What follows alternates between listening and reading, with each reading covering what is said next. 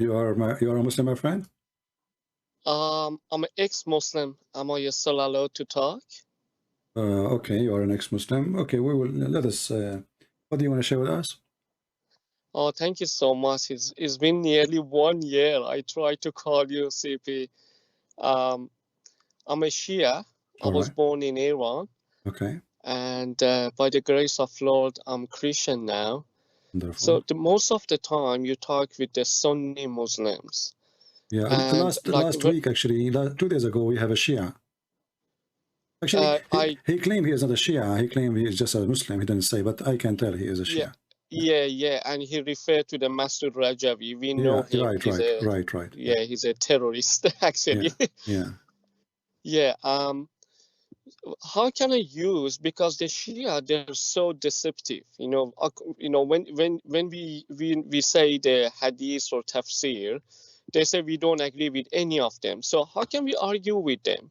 No, this is not true. The Shia, they have their own books. They have, like, as an example, the book of Al-Kafi is the same as Al-Bukhari. So when they say to you, we don't agree with the tafsir, this is a lie, you know? This is absolutely a lie.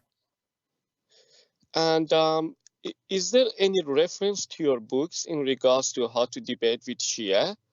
Well, because usually Shia, they don't really stand up to... Shia, they are focusing to try to extend their cult between the Muslim Sunni.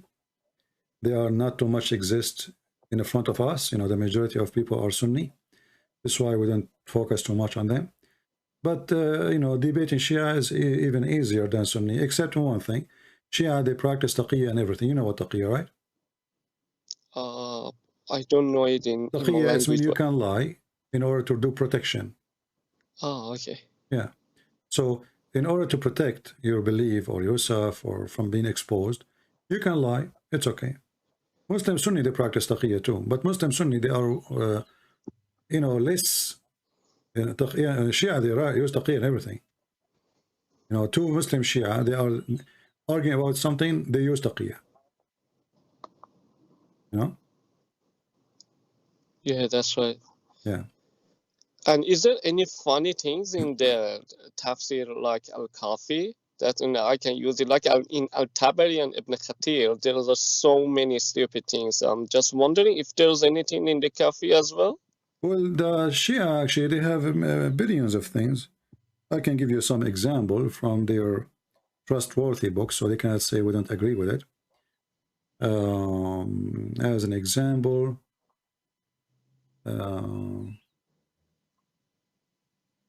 let us go and see.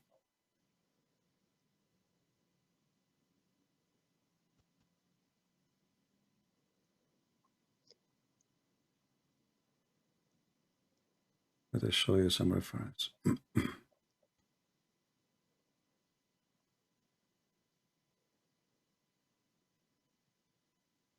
Okay, let us see about Al-Kafi, as long as you mention Al-Kafi.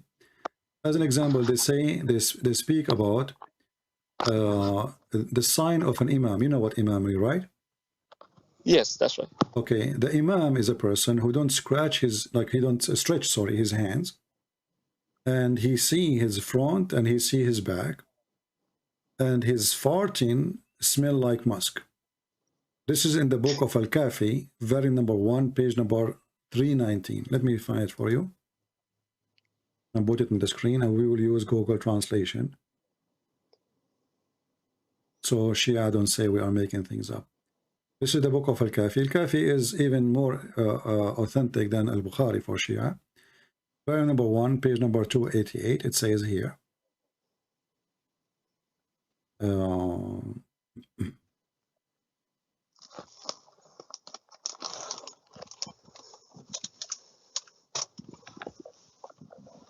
Yeah, there's tons of stupid things. As an example here, it says, Abu Ja'far alayhi salam, he said, the Imam have 10 signs.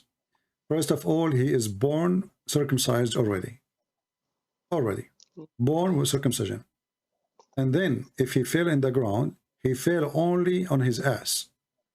Only in his butt. And the second his ass touched the ground, he say Shahada. And he don't he don't get dirty from sexual intercourse. And when he sleep, his eyes never sleep, and his heart never sleep. Sorry, his eyes sleep, but his heart never sleep. And he don't do yawning, and he don't stretch his body. And he can see his back and his front. And when he do fart, his fart the same as the mosque. And the earth will eat his poo-poo. Let us see here, use translation, Google translation. You know, Google translation not too much accurate, but you know. So here it says the Imam have 10 signs. He is born circumcised, not a clean, circumcised. If he fell in the ground, he fell in his ass. And he said the Shahada. No, the Shia, they have 2 Shahada supposedly. And when he sleep, his eyes sleep, but his heart never sleep. And he never yawn, and he never stretch his body. And he see in the behind and see in the front. And when he do fart, his fart smell like musk. And again, this is the book of Al-Kafi, part number 1, page number 388. No? So, you know, what make you leave Islam, my friend, as long as you were a Shia? To be honest, I didn't want to become a Christian, but where I live, you know, my English at the time wasn't good, so I went to the church to use the free English class, because the church provide the English lesson for the people who are not English spoken. And then it was once a week, and they were just so kind, CP. They accept you no matter, you know, what your previous belief is, what your skin color is, what you're thinking. They just embrace you with any idea that you have, regardless.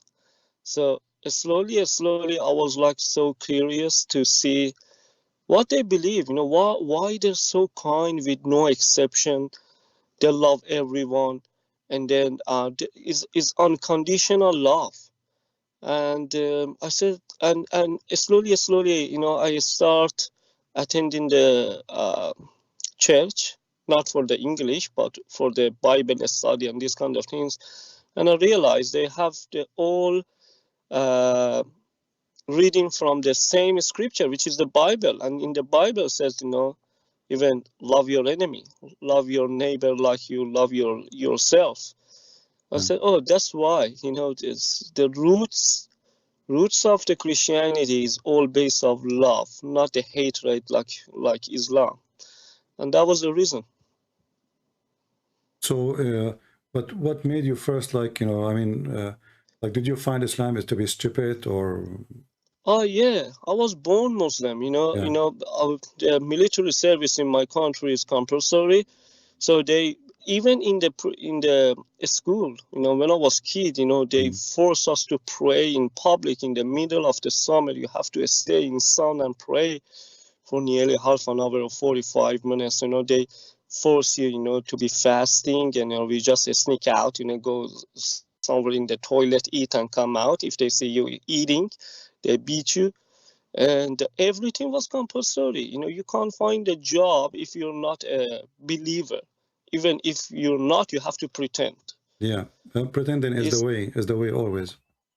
Yeah, that's right. You know, they force you to go to the mosque and they pray. Everything is forcefully. But nowadays things change in my country. Unfortunately, people becomes like atheists. They don't believe in anything because they try to force people to practice Sharia law, and this is so bad. But people, I can see from like I'm in the clubhouse as well. It's like so many people live in Islam and become Christian. I can see, but they're doing like an underground activity. They can't do it in public, obviously, but so many people live in Islam. Well, yeah, I saw, actually, I used to have a friend when I was in the army. His name is Ruhi, you know, and he is from Iran. So he took me to his office to drink some coffee with him. When I went to his office, he have a big cross on the table. And, you know, for me, I don't have a office yet because I just moved to that branch. So he told me, you can use my my office here. I said, so this is your office? He said, yeah. I said, but you are from Iran, right? He said, yeah. So this cross for who? He said, oh, this is my cross. You have a big cross, not only cross, it's a big, a huge cross on the table. And then he says, this is the cross and this is the Bible next to each other. I never move anywhere without taking the Bible with me. So I became interested to know. And then he told me that him and his father and his family, all of them, they become Christians. And he is serving in the USA Army, you know. And then, you know, I remember once another officer, he come and he says, well, sorry, we are giving you this office and you are a Muslim, right? You don't know, you know I'm an Arab, so he think I'm a Muslim. So I said, no, I'm Christian. He said, oh, okay, so the cross doesn't bother you here. I said, no, absolutely. Leave it as it is, you know? Yeah. So I was surprised, actually, about the number of Iranian leaving Islam. And I remember once I saw in the park, like thousands and thousands of Iranian, and they have a big sign in Arabic. So I stopped. I said to myself, man, this is really bad. All of those are, you know, Muslims here. You know, this is trying to fool us about Islam. So let me go in the park and see. Then I found that every single booth in the park, it was a Christian convert festival. Only convert. All of them are Iranian. And I believe that the Iranian they are the biggest converted church in USA. Yes, yeah, even here. Yeah. Yeah, there are so many. Anyway, my friend, if there's anything else you want to say, maybe we can. Oh, take the some. last thing, Yeah. I'm not gonna waste your time anymore. Right. In Shia, they make Ali as a hero, and I remember in one of your debates says Ali burning people alive and kill so many people. Do you know any event, any war that he killed so many people?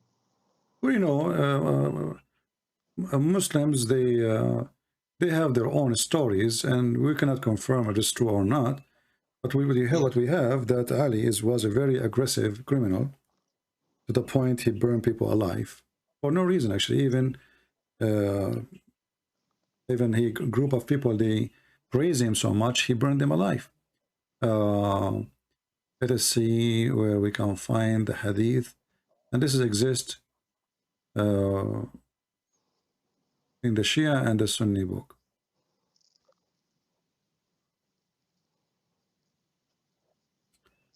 Let us see.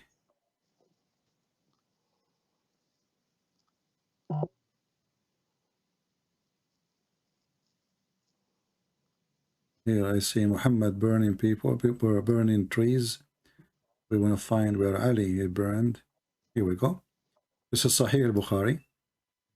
And the Shia agree with this. Ali burned some people. And this is news reached Ibn Abbas. And he said, had I been in his place, I would not have burnt them.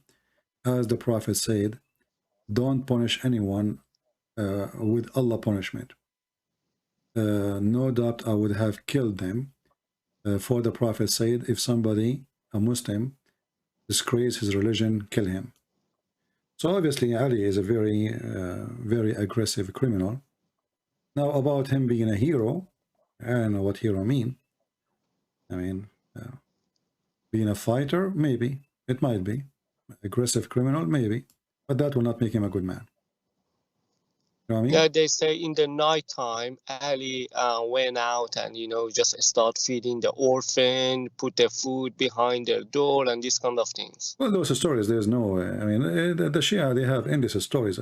The Shia, they believe that Ali is light and Fatima is light, and the light marry from the light, you know? Both are light, and they are, yeah, they are not a human, you know, the Shia, I believe. That Muhammad and his family, they are from the forehead of Allah, and they used to be light in his forehead. And they took the look of a human being, but they are not a human like us, you know? Yeah. Yeah, that's why they say Ali and Fatima, النور تزوج بين النور. The light married from the light. You know, both of them, they are light, and they married each other. Yeah. Well, I'm happy for you, my friend. Maybe you can invite some Shia to call us, and then we can use Shia reference in order to teach about Shia. You know, I like always to mention things if I am debating someone is a Shia. Yeah, sure. Yeah. Thank you so much, CP. You're welcome. What you're doing is priceless. It's priceless. I really appreciate it. I don't know how to thank you. You're doing amazing job. I learned a lot. It's been nearly 2 years, I guess. I'm listening to you. It's so knowledgeable. At the same time, honestly, it has a little bit of fun as well. I really enjoyed. I see the comment. They really enjoyed. Thank you so much. You're welcome, my friend. Take care. God bless you. Thank you. Bye. Yeah, the Shia have a lot of crazy stuff. As an example, you know, the Shia believe if you wear black shoes, your penis will not work. If you go to the book, it's called Al-Hur Al-Amili, volume number 5. Let me find the reference. Here we go. The chapter of hating wearing black shoes. Why we cannot wear black shoes? If you wear black shoes, it hurts your vision. It's going to damage your vision, and your penis will become limp. And it's more expensive than other shoes. No? Let us use translation. Now, many men now they will throw their, many women maybe they will go and throw their husband's shoes in the garbage if they are black. He advised them to wear yellow shoes. It says here, he said to him, why, he said to the, he looked at the companion and he said that they have a black shoe. Translation is not coming right. He says, why you have a black shoe? Don't you know that it harmed the eyesight and relax the penis? And that it's more expensive than other shoes? And no one wear it except he, like he becomes so proud. So the Shia, they hate to wear black shoes, and they favor the yellow shoes because yellow shoes will make your penis strong. Well, I mean, Shia, they have way more stupid things than the Sunni, but doesn't make any difference really. Both of them, they have stupid things. But I think the Shia, they beat everybody in their madness. You know, like Al-Hassan, Al-Hossein speak 70 million language, something like that. I mean, crazy stuff. You know. Do we have any other Muslim? We have here.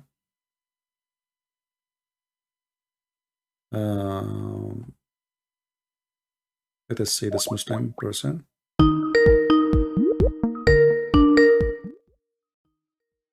We will mute the microphone and tell the speaker. Hello? How can I fix this now? 1 second, sir. All right. Hello. You are live on air, my friend. Mr. Muhammad? Hello? Bad connection. I had to make my own actual. I had to make my own actual ID. What is it called? All right. So, Mr. Muhammad, what do you like to say to us? Go ahead. Well, actually, well, first of all, my name is Muhammad, son of Abdullah. Okay. And yes, I've been to Islam. Well, I was born in the city of Medina here, okay. And I'm still currently in Medina. All right. Yeah, about your questions. So I've been watching your videos. Well, you know, today we were talking about the crucifixion of Jesus. I don't know if you can elaborate about that. What do you Muslim believe about the crucifixion of Jesus? What do you think about his crucifixion? Was he crucified really? Well, sir, I can only tell you the things that I heard. So don't take this in any knowledge or written way. But let's just say, well, you are born in the Medina, and as I know in Saudi Arabia, I mean, 5 class out of maybe 7 or 8 is Islam. You know, so I mean, Islam is heavily taught in the school. So you should know the answer. What do you think about that? It is more than what you think it is. It is most likely, let's say, enforced. Okay, so what? If I may say. So what do you think about the crucifixion of Jesus according to Islam? So first of all, I did not study those parts, the history about the crucifixion of Jesus Christ. but I can only tell you one thing. So since when we were young, we were told, Yeah. it was Jesus Christ was crucified and died, but before his death comes in, his soul was taken by Allah, and it was replaced by someone else. But where is the story coming from? Exactly. That's what I'm trying to explain to you. So Yeah. these stories were told to us, but I cannot find that story myself. Yes. Even though I did the research. I mean, it's and let's just say Google has very similar amount of research talents, but it Yeah. did not find But that. you see here, Muhammad, what happened, that now what we are discovering, me and you together, that the Muslim, they don't follow their religion really. They follow somebody's, he said, she said. Who said? Why they said that? Nobody asked the question. I've been watching your videos like for let's just say from the start of Ramadan month. So Yeah. this is the 8th and 9th. Yeah, and to be honest, I did do the research myself, and you are correct. And yes, I did ask. Well, what is it called? What do you say? What do you guys say? Mullah, Sheikh, Sheikh, yeah, Sheikh. Mufti. Yeah. One of them. I just hinted the question about verse 33, chapter 33, verse 50. Okay. Then, in the answer, like the other guy said, not very satisfying answer. But yeah, I mean, even though I mentioned Qurtubi that you also mentioned about the 16 privilege of the Prophet, Yeah.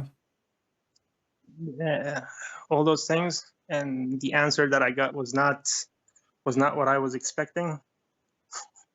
So yeah, you are correct. But the main reason that I'm trying to call or trying to deliver the message to all the Muslims who are trying to prove they're part of the story, like the other brothers from Pakistan or UK, they're trying to convince you with whatever they have without having any let's just say backdoor or knowledge, any evidence, anything, right? any evidence. Yeah. So what do you, so what do you think now? Are you like I feel like you are now kind of, maybe you want to leave Islam or something like that. I don't know if I'm wrong. To be honest, you do make a lot of points, but you know that what you're asking is kind of a suicidal mission. I'm not asking you to do anything. You know, you are smart. You know what you are doing. You're adult. So are you like suspecting Islam to be truth? Sir, look, as a Muslim, and I'm also in Medina myself, currently in Medina right now.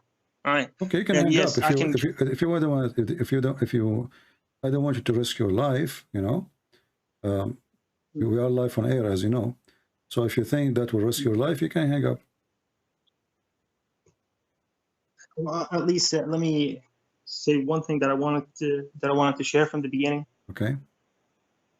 To all the brothers that are listening, Muslim brothers and sisters, fathers or mullahs and sheikhs, if you study or trying to research all the questions that has been asked by Christian Prince, it is literally written down there. Like whenever a topic or a conversation about age of Aisha, hiding it is useless. It is true. Whatever that was mentioned in the hadith, that is true. Also, it's written Sahih al-Bukhari. So yeah, before jumping into any conclusions, try to understand the actual knowledge itself. So you know why Muslims, they defend like in a like, you know, like I don't know if you heard the person who called me and he started calling me names. Why the Muslims, they are very aggressive, but yet they have zero knowledge. I mean, based on what? Where is the aggression is coming from? You know, when somebody, like if I am sure, I will speak as sure. A Muslim, he do not know what he is talking about. He do not know my book. He do not know his book. And then he shouted at us, claiming that we are the wrong. Yeah, well, also, don't forget about the guy that says, I do not believe in hadith. I only believe in the book. Yeah. Have You heard about that guy? Yeah, If you all of them. remember it? Actually, all of them they do that. All of them. The second you show them the hadith, they try either to say we don't accept any hadith, or they say this hadith specifically. It's just to get rid of get rid of it. It's just a way to Islam, escape. but so according to the Islam, okay, the religion of Islam, those people who actually say that they don't believe in hadith, that means they also don't believe in the Prophet himself, which means they are not Muslim. So they just revoke their Islam at that point. Do you have any idea about that? Well, you know how somebody can follow Islam without believing in what Muhammad said, right? I mean, isn't he Exactly. Isn't it he is the teacher? So the Quran is a book, is coming from Allah. So what is the duty of Muhammad? Just to recite the Quran? If this is the duty, then Allah can recite the Quran by the angel, and that's it, So the Quran, even the Quran itself says that you have to obey those who obey the messenger, they obey Allah. So Muhammad, you have to give orders, and those orders have to obey. And then if you ask the Muslim, do you practice muta?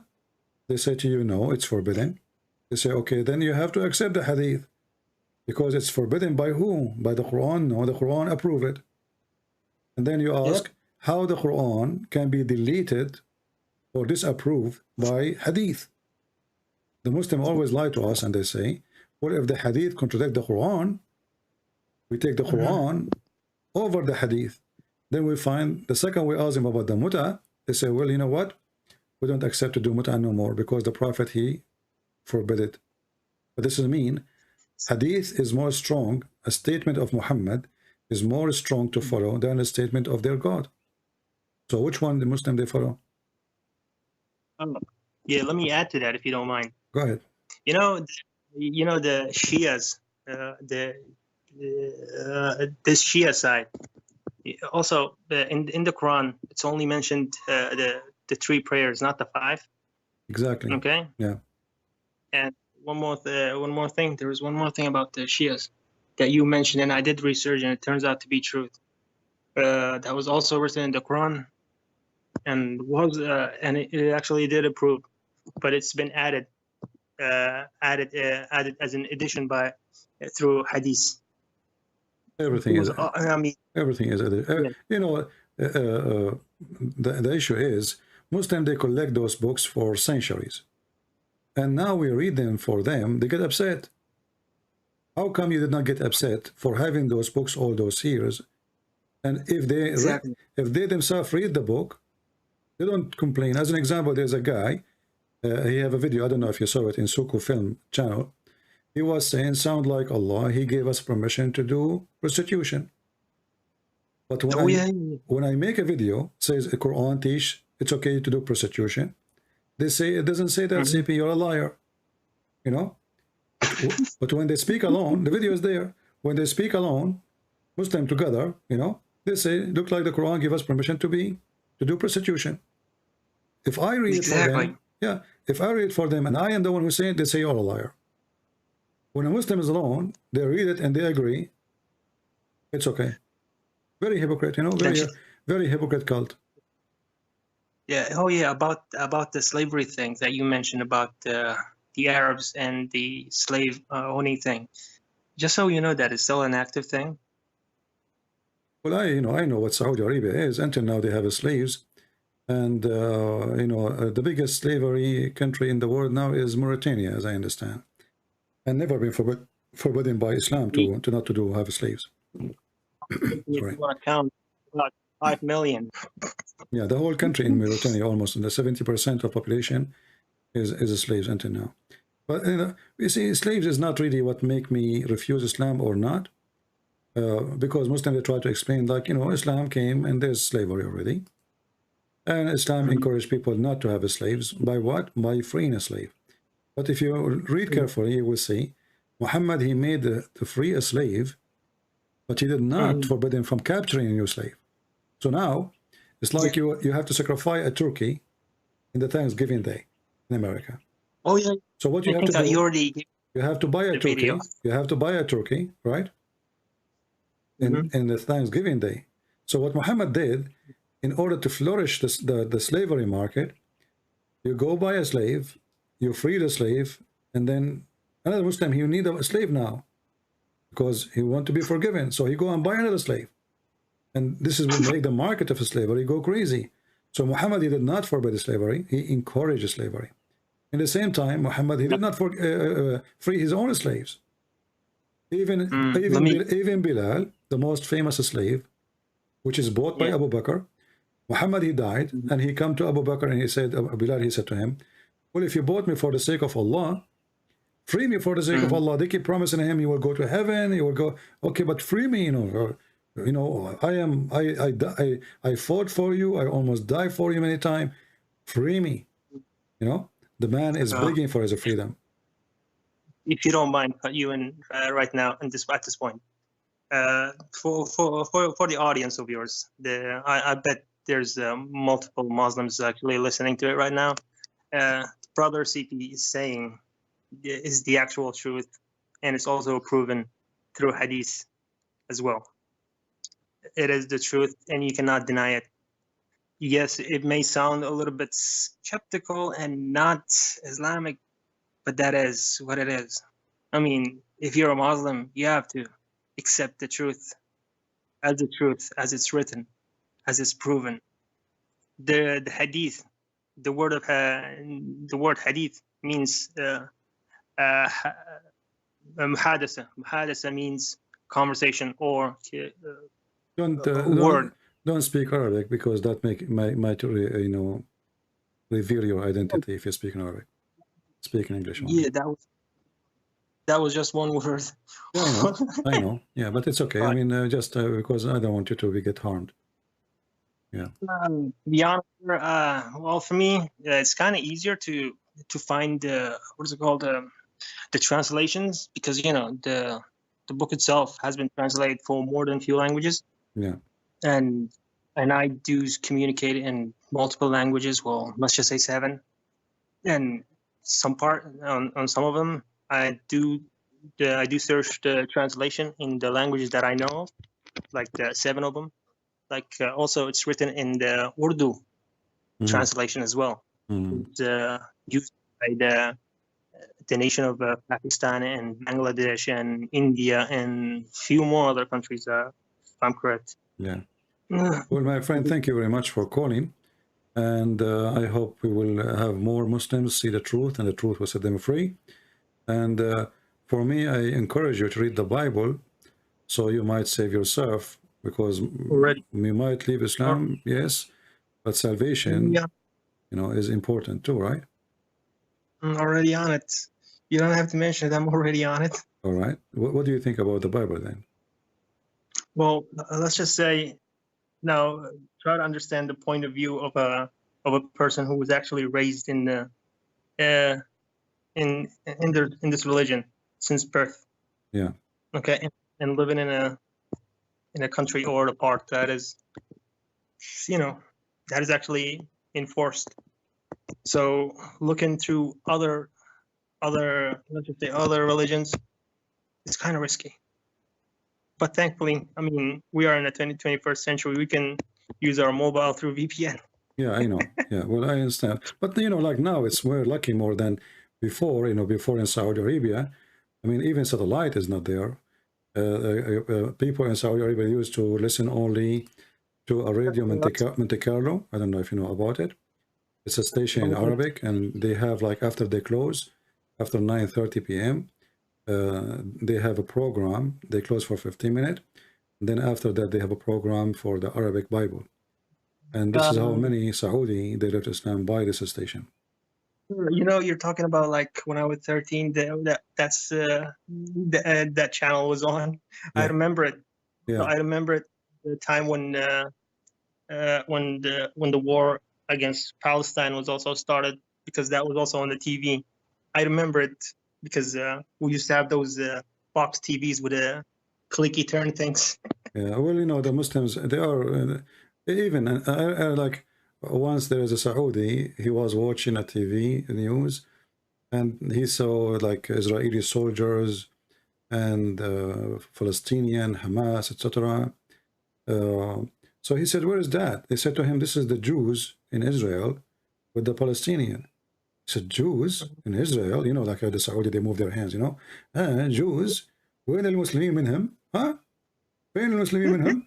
He do not know that Israelis exist. He never heard of it. You know, he have no idea. Yeah, this is Saudi Arabia. But now things is different. Now there's internet. Now there's, yeah, but this is how the situation is in Saudi Arabia for a long time. But for sure now the internet changed everything. And thanks to the internet, you are speaking to me now because of the internet. Yep. Thank God to that. Yeah. Anyway, I mean, we can have more conversation like privately if you're interested. I mean, feel free to contact me when I am. Usually I go on Skype only when I am live. This is why you wouldn't be able to contact me when I am offline, unless you like we schedule it. You know, like the second I finish my live, I hang up my Skype. But sometimes, like people ask me to speak to somebody, he not sure about Islam, he want to leave Islam, but he don't want to be in public. You know, he want to be in private, or a woman, or etc. So we speak in private. Yeah. I just remembered one thing that I wanted to ask. Yeah. So I've been watching the videos. Okay, the what's it called? The people who actually come to debate with you. Yeah. Which don't want to accept the actual truths that you're saying, and they start to yelling and blah blah blah blah blah blah blah, and you also follow them up. How do you have that mental stability? Like, how do you deal with it?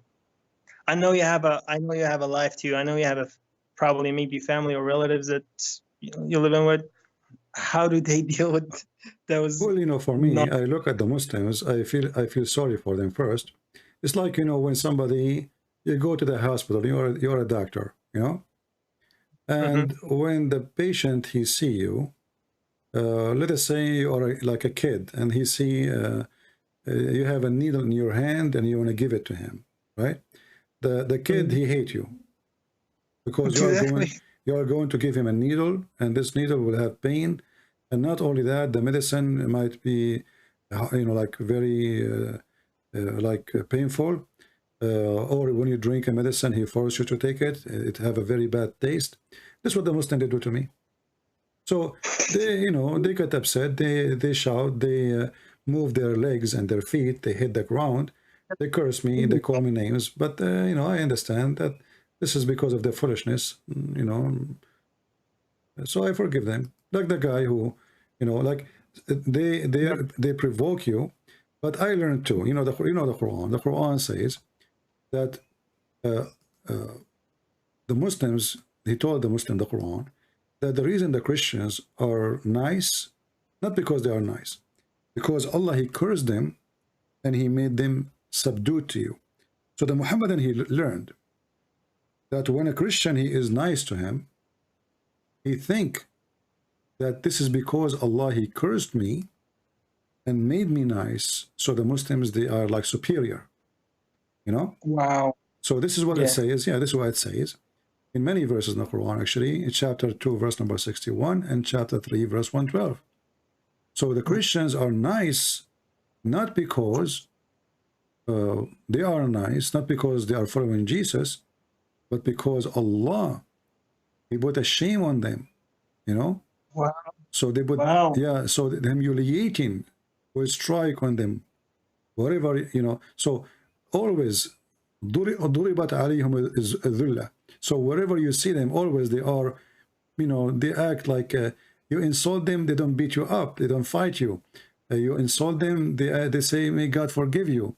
That because simply Allah, he cursed them. Oh, sir, don't forget, while everyone is listening, don't forget about the part that in the religion of Islam, saying assalamu alaikum to a non-Muslim is forbidden. Yeah, because you have to insult them, you have to humiliate them, you have to make fun of them, Oh wait, just one more second. Like, I mean, I bet you already saw those big stage debates, like sexually staged questionnaire about the big muftis, or whatever you call them. The first thing that they stand on the, let me just call it a table at the moment. I'm not good at English that much. Oh, well, I do, but I just forget the words because anyway, they start like a Zakir Naik. Nabiyina Muhammad. You know the starting points, right? Yeah. Like the greetings. Yeah, like, But- you know, عقدة من لساني, or blah, blah, blah, blah, you know, this thing. Supposedly, this is Musa, what he said. Musa, he said that. And 99% of the audience are non-Muslims. Yeah. That means Sheikh, the Mufti. By the way, the word Mufti means, let's just say the master. It's higher than a scholar, higher level than a scholar. Yeah, even those people start with the salam greeting. Yeah. I mean, You know, hypocrite, you know, when they, in order to win people, they say Assalamu alaikum, peace to you, and they call them brothers and sisters. But we know that the Quran forbid them from calling us brothers or sisters. But for the sake of, you know, fooling people, taqiyya, this is taqiyya, you know? mhm, Yeah. mhm. There's always a video, always I don't know if you heard of it. It's called the chapter of the apple. Did you hear about the chapter of the apple? By Al-Urayfi? Al-Urayfi. You know well, I Al-Urayfi. need to read that. Yeah, no, interested this is in- not a chapter in the Quran. This is Al-Urayfi. Let me see if I can find it in YouTube. It's in YouTube. He have this conference, the one you are talking about, this kind of conference, and they have like you know, Western, and I don't know where in Europe this was. I think it was France. So he asked, he want to show them that the Quran is different book, and the Quran is amazing book, and just by hearing the Quran, you will notice that this is an amazing book. So he said, he have a translator translate into French. So he asked if somebody can come to the stage volunteer, you know, and he said, I will recite for you two verses. One is true Quran and one is false Quran. And he claimed Yeah, that right away you will find out which one is true, you know, and which one is false. Because Allah, this is what Allah, he said, you know, Allah, he will show you which one is true. And then he did recite the verses, the one he made up, and the one which was true Quran. And he asked the French guy, after he listened, he said, just listen, we want to translate for you. Listen to them and tell us which one you like more, the first one or the second one. The French guy, he liked the one which is the fake Quran. yeah. You told me the story, but I haven't watched the video. Yeah, I will find it. You know, people, they make fun of him. It was a very, very bad embarrassment. You know, like, yeah, because, you know, like supposedly now he will prove that the Quran is a book of God, and how? Your heart will tell you, your heart will show you. Let us show you, and then, you know, you will see, you will notice right away. I'm not on YouTube. I'm looking for it actually right now. I'm not a much tech savvy kind of person, so yeah, it's all right. I open a YouTube channel and Skype thing. Yeah, I will try to find it. Actually, the look here, I found. Oh boy. Let me mention it again. I'm not watching YouTube. I'm just on Skype at the moment. It's all right, my friend. Okay, we will talk about it later. Well, thank you for calling, my friend, and God bless you. And I hope you will accept the Messiah as your Lord, as your Savior very soon. Seriously, sir, it's been a delight to communicate with you about it. So all right. Thank you for your time. All right. Really God bless. Appreciate it. Take care. Definitely. This is the chapter. It's called the chapter of the apple. Maybe I should use it from now on when I speak to Muhammadan. Somebody made it look like it's part of the Quran. Actually, I just copy it because this is very wonderful. We can use it. So he did read this verse to the French guy. And he said to him, I will give you two verses. One is from the Quran, and one is a false Quran. Which one is the Quran? Allah in the Quran, he says, Allah will show you, you will see the difference right away. You know? And he recited this chapter. I'm trying to find the video actually, but I could not. Let me see. I hope they did not delete it. Let me see.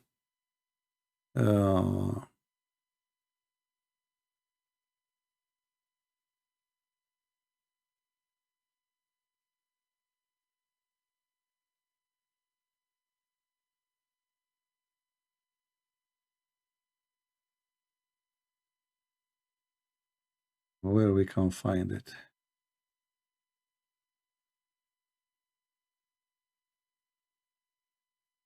Big conference, a lot of people in the stage. A very bad embarrassment.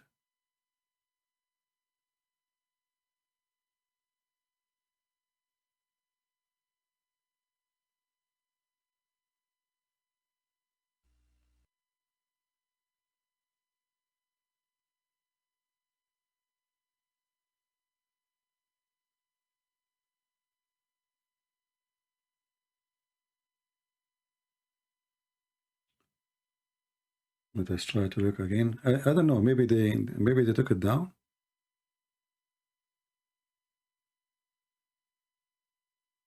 Here we go. I found it. This is the original version of it. So here, as you see, they have like a conference, and they ask who is a person who don't speak Arabic to come to the stage. One person, he volunteered. Obviously, he's been honest. He came to the stage, and he told him, now I will recite for you two Quran. One is fake and one is true Quran. And everybody will see how Allah will guide your heart to the true Quran. له هل يفهم العربية أو الفارسية أو يقدر يفرق؟ Est-ce que tu comprends He's asking, tell him, do you know Arabic or Farsi language? Can he make a differentiation between what I would say? les langues étrangères telles que l'arabe, le perse ou autre? No. He said no. I don't know. No. ما يقدر يفرق، يعني لو أتكلم مع عربي أو أردو أو فارسي ما يقدر يفرق. So if I speak to him in Arabic or Urdu or Persian, he cannot make a differentiation. The answer was no. C'est-à-dire que si là maintenant le Sheikh parle avec toi en ourdou, en perse ou en arabe, tu peux pas faire la différence. لا يفرق. طيب قل له أنا سأعطيه جملتين أريده أن يحاول يكتشف الفرق بينهما. I'm going to give you two sentences, and I want you to find the differentiation between them. Là, il va prononcer deux phrases et il veut que tu vois est-ce qu'il y a, ou plutôt tu lui fais ressentir ce que ces phrases ont fait sur toi. D'accord? Donc tu vas essayer de lui dire quelle est la différence entre ces deux phrases que tu ne comprends bien sûr. I don't know how many of you speak French, so you do not need my translation then. Absolument pas. طيب. He said, I'm ready. Okay. So explain to him now. I will give him two sentences, and now he will find the difference between them. One is true Quran, and one is a fake Quran. مع الكلام الأول. ذكر رحمة ربك عبده زكريا. This is the true Quran now. The first one is the true Quran. إذ نادى ربه نداء خفيا قال رب إني وهن العظم مني واشتعل الرأس شيبا ولم أكن بدعائك رب شقيا وإني خفت الموالي من ورائي وكانت امرأتي عاقرا فهب لي من لدنك وليا يرثني ويرث من آل يعقوب واجعله رب رضيا. هذه الجملة. This is the first one. He was quoting the true Quran. Now he will quote a Quran without telling the guy. You know, the guy do not know the difference now. And this is the challenge. According to the Muhammadan and the Quran, your heart, because Quran is nothing like it. You know, right away Allah will guide your heart to the Quran. You will be amazed. So now he will fabricate a Quran, sound like the Quran. But your heart will take you to the true Quran. Listen carefully. الجملة الأولى قل له. Ça c'est donc la première phrase. طيب ياخذ الجملة الثانية. Là maintenant, il va prononcer la deuxième phrase. Essaye de. So now this is the second statement, which we know already. I'm telling you, this is not Quran. But the guy in the stage, you do not know. Dire est-ce qu'il y a une différence entre les deux? نحن اجتمعنا في هذا المكان ثم جلسنا في هذا الزمان ثم التقينا معك وجلسنا معك وأنسنا لما لقيناك ثم سوف بعد ذلك نفارقك لكننا سوف ندعو كثيرا لك. طيب هذه الجملة. This is the second one, and you sound, he make it sound like the Quran. And now they will ask him, which one is better? Ça c'est la deuxième phrase. قل له هل شعر بفرق بين الكلامين؟ Est-ce que tu as ressenti une différence entre les deux phrases? Did you find any difference between the two sentences, the two statements? Qu'il y en a une parmi les deux qui a peut-être touché ton cœur? Voilà. La deuxième. La deuxième. الجملة الثانية. He liked the second one. He liked the second one. Do you see the stupidity? Do you remember when Mimi Hijab, he was having this interview with this guy, what's his name? Pederson, Jefferson, whatever his name. You know, I forgot his name. So he recited the Quran for him. And the guy, he said to him, but why you did recite this Quran? The coward, Mimi Hijab, he did not tell him really why, what the reason. The Quran says, this is a book. When a human being, he hear it, even mountains will go down, but it's amazing.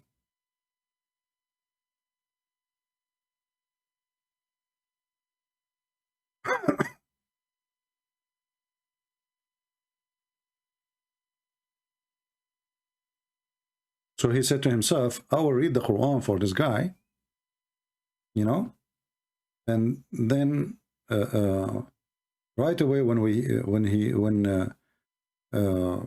say the Quran, right away he will worship Allah. Right away he will be amazed, you know, because it's what the Quran says. Let us see the verse.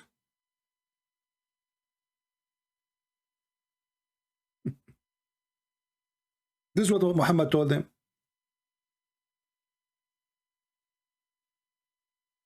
And they thought this is true. If you read this Quran, even to a mountain, the mountain will bow down. So this guy, he want to show them that those verses is true. Here we go. I will read for him one fake verse. I make it up, and one is true Quran. Right away, when he hear it, he will love the true Quran. Had we sent down this Quran on a mountain, verily thou wouldst have seen it humble itself and cleave asunder for fear of Allah. So Mimi Hijab, he did read the recitation of the Quran. Which one he did read? You know? I think he did read, not this verse. I think the second one, maybe the third one. Yeah, I think this one he did read. He did not read that one. And then when this guy, he said to him, why did you read this one for me? And what the point? He said, well, we Muslim, we believe that this Quran, if we send it on you, like we say it to you, like it's going to have a special impact in your heart and you will believe. And the guy did not believe. And as you see here, the guy, the other Muslim, the guy, the French guy did not even believe. And then when Mimi Hijab, he quoted the Quran to this person, he took the quotation, the verse he was saying, and he reposted again with echo. I made a video about it, if you remember. He made the verse with echo, so it make it look like amazing. Do we have any Muslim here would like to say anything? Look like we have many Muslims leaving Islam lately, but wonderful. Let us see this guy if he is a Muslim.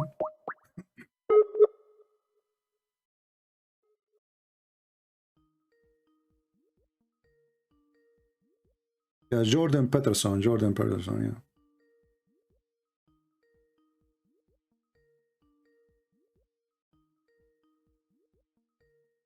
We are calling someone, I don't know if he's a Muslim or not. Maybe he's not. If you are a Muslim, please only text us and I will call you. Any Muslim? Any Muhammadan? Actually, this verse here proving that Islam is to be false, because if this is true, then everybody should believe. I mean, if this Quran, if you recite the Quran to a mountain, even a mountain, it's a rock, it's a dirt, the mountain will collapse and believe. So how come we are laughing at it?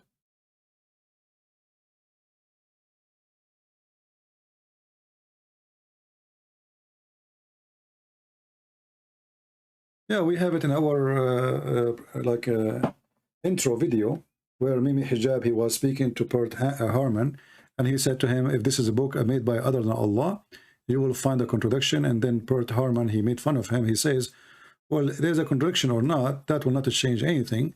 I have a phone book, have zero contradiction, you know. They brought this guy supposedly to help them to because he is anti-Christianity. This is telling you how desperate the Mohammedan are. They bring someone who don't believe in Christ at all to prove their point. But he got them busted. He said, yes, the Messiah was crucified. He was buried. He died. And not only that, he said to him that the Messiah, he thought he is the Messiah. He thought, which means Muhammad is a liar.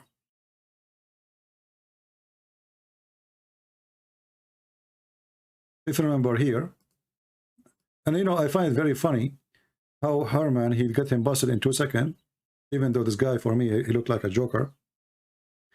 When he said, well, I have a phone book, doesn't have any contradiction, doesn't mean it's from God.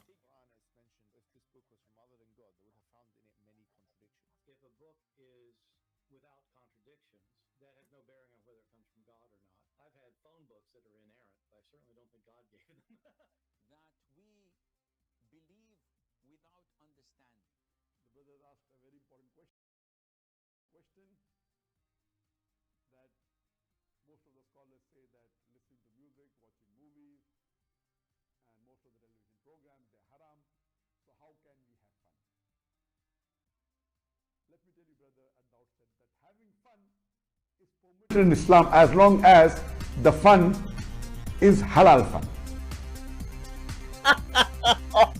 That the standard narrative has holes in it. The Prophet tells us because Satan or the devil sleeps over our nostrils. Those who oversleep and not pray Fajr on time, Satan urinates in their ears. I really do think Jesus was crucified and that he really was dead and buried. He thought that he was a son of God. And so imagine they got the interview and they were so excited, and then they got a guy, he told them in their face, well, you know what, Jesus was crucified and he was dead and he was buried. When the whole point of this interview, if we can quote an interview, is to prove the opposite. You see how stupid they are? We are not done. We are not done. We just started. I have more appetite to make more Muslims leave Islam.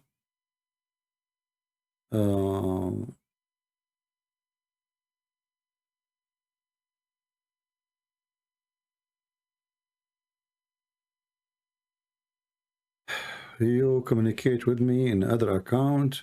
I don't know, what does that mean? You want to talk to me or not?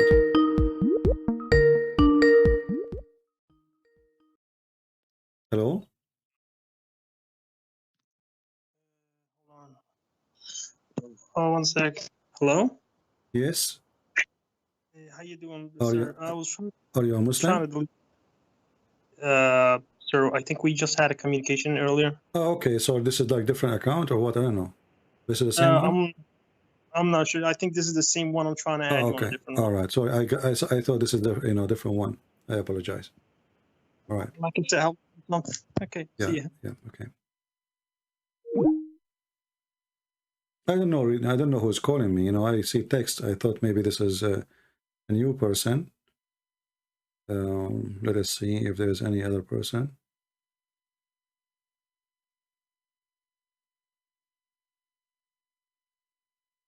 I don't see anyone. Do we have any Muhammadan would like to call us? And by the way, Mimi Hijab, he want to teach you, if you are an African, how not to become westernized. He just posted a video, says, how to stop Africa westernizing. Nigeria lecturer. So Mimi Hijab, it was in Nigeria. And look what he's wearing. I mean, have you ever heard of a stupid religion more than this? You brought this joker to teach you how to stop being Western, and he is wearing a tie and suit. I mean, he's asking you not to be Western. I mean, do you see the stupidity? The name of the video is How to Stop Africa Westernizing, Nigeria lecturer. And the potato himself is wearing expensive suit he bought from England and tie. In his interview with Yasser Qadi, he was wearing a jeans full of holes, like those, like I don't know what else. I don't want to say like even, I mean, even kids will not wear it. Jeans have holes. Go watch it. And he is telling you, he want to make a speech to you, how to stop you from being Westernized. What's wrong with those people?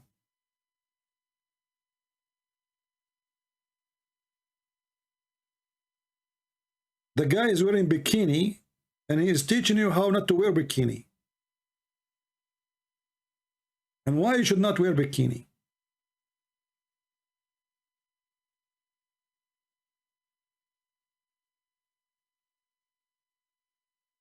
Do we have any Abdul? Other I don't watch his videos, but you know, YouTube suggests them for me, because sometimes we, like 2 days ago, 3 days ago, we play his video for fun, you know. So YouTube suggests the video, and right away came in front of me. How to Stop Africa Westernizing, Nigeria lecturer. And the idiot is wearing what? And now he will claim that this is the clothes of the Prophet Muhammad before Islam.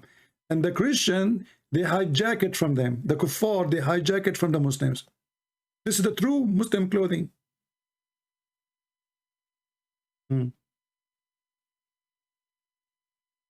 Well, as long as you are against Westernizing, then you should not allow yourself to be in the speaker corner, because the speaker corner is not allowed in Islam. If somebody speaks against the faith, you kill him. So everything you do is based in Western culture, you coward liar.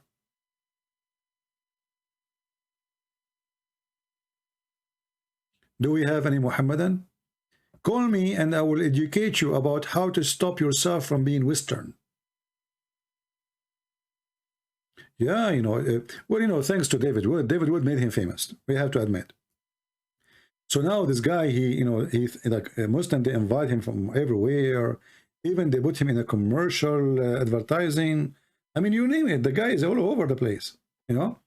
And he called himself philosopher. He have a website. He say, I am a philosopher, but philosophy is against Islam. Anyway, you know, thanks to David Wood. David Wood made the fool famous, but stronger. Christian Prince made the fool famous, but fooler. Who's next?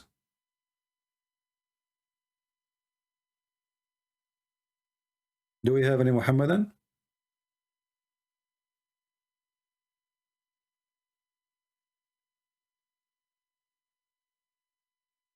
If you want to call me, the admin, they are posting my Skype, Debate TV. All right, you can join us.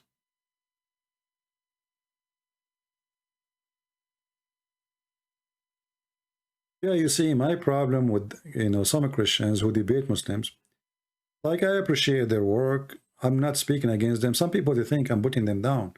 No, I'm not. Like, you know, David Wood, he make really great short videos. Me, myself, I cannot make my short video is like 5 hours, you know. So he make a great short videos.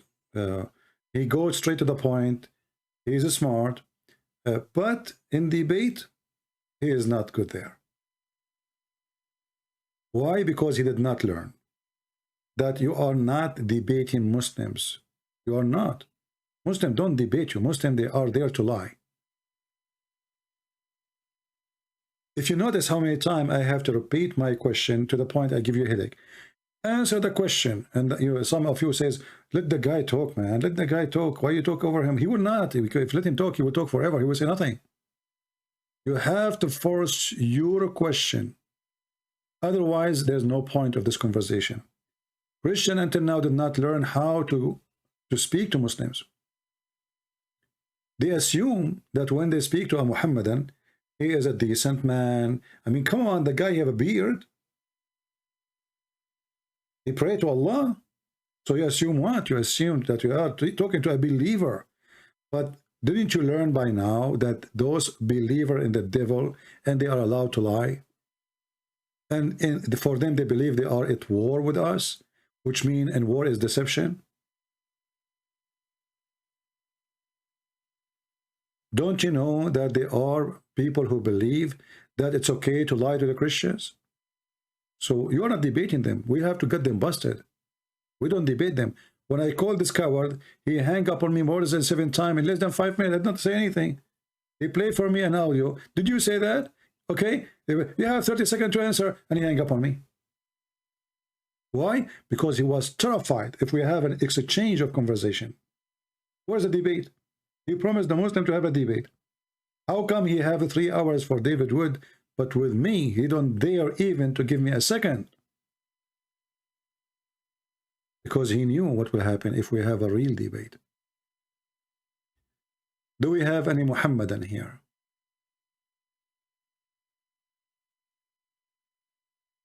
Anyone?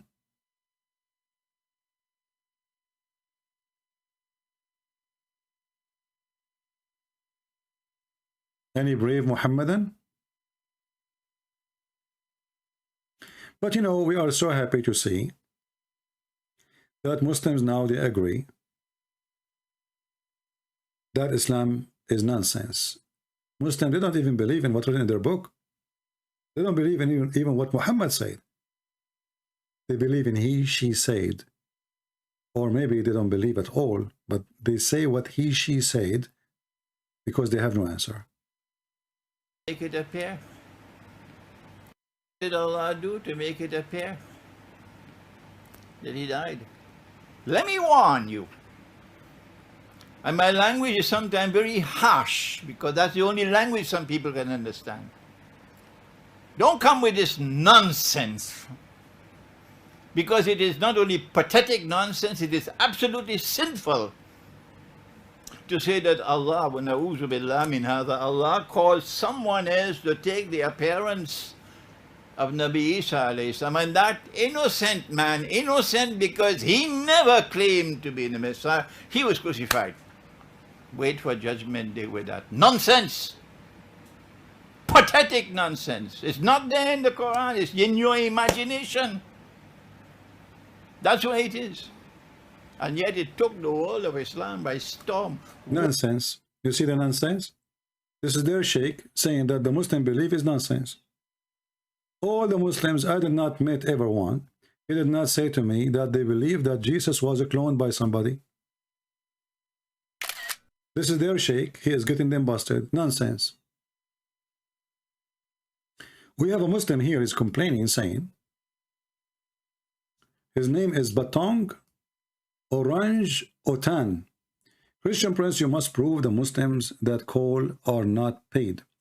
I see your ads for fake Muslims on Indeed and Craigslist. I have ads there, me? I will not waste a penny to pay an ad for Muslims. Secondly, potato. As long all the Muslims who call me are fake Muslims, what about you? Why you don't call me? Is that fair, people? All the Muslims who call me are fake. Are you too? So be a man and stop complaining. And I know and you know what will happen. You will call me and then you will become an ex-Muslim yourself. You want to bet? Yeah, I have ads in a Craigslist. Craigslist. Christian Prince have ads in a Craigslist. And where? Indeed. Indeed, what is that? Abdul, I'm waiting for you to call me. You are not a fake Muslim. You are the only one person not a fake Muslim ever call me. Don't hesitate, please. We cannot wait to see how strong you are, how good you are.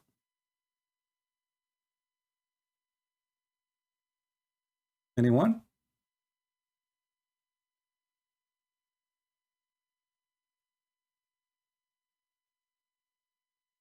Are you there? The guy even stopped texting. What happened? Did you play? Are you playing dead now? You know, I notice always when I say, okay, guys, I'm leaving now. Thank you. Bye-bye. God bless you, Christ is Lord. It's right away we see a Muslim says, I challenge you. Like, what the heck? I was here for a few hours. And now I said, okay, and I close my microphone and we are leaving. Suddenly a guy in the chat, he says, I challenge you, Christian Prince, you are running. Where you will go, I'm here. And I'm speaking now for many hours. I lost my voice, so this is your opportunity. I am tired. I'm speaking now for 4 hours, my friend. So, like, this is the time you call, you will win, because 4 hours, the guy, his brain is tired, his mouth is tired, his tongue is tired. I mean, I'm sitting for 4 hours. I did not go to the bathroom, mashallah, for 4 hours. You know, your prophet, he used to leak every 5 minutes like a rabbit. Even Muhammad, when he died, the last thing he died, he pissed. So where is the true Muslims? And I don't know what your name means. Butang, orange? I don't know. So what happened? Like your father married from a lemon? And you were like mandarin? Butang, orange, otan. Sound like Indonesian person. I love Indonesian people. You know? Call me. Prove me wrong. You are a true Muslim. There's a true Muslim. You remember the guy who says, Christian Prince, I offer you 4 Mercedes. If you can answer those questions. 4 Mercedes? Are you sure? And we made him shish kebab. He don't dare to call me. He don't dare to speak to me. He make videos to refute me. And then we die laughing at him. Christian Prince, I offer you 5 hamburger. Who said to you I like BMW? Anyway, they are expensive to fix. They take too much gas. Offer me something I can afford, because it's not only having a car, you idiot. Who's going to pay for the maintenance? I don't have Khadija here. Yeah, I know he's Indonesian. I can't tell, my friend. I speak all languages, as I know. I am Al-Hassan. 70 languages I speak. You know?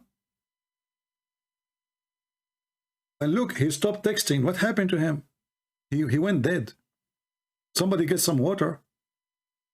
He is not texting even in the chat no more. Here we go. We made you famous.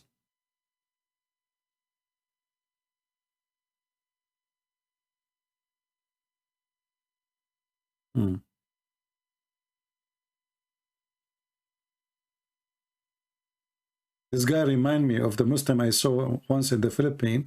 I was in the elevator. I finished talking because I lost connection. I was speaking Arabic in the cell phone. So he heard me speaking Arabic. So he thought I'm a Muslim. So he said to me, Assalamu alaikum. You know, you are going in the elevator up. You lost connection. So we hang up. He said, Assalamu alaikum. I said, Wa alaikum assalam, Abdul. He said, MashaAllah, you know my name?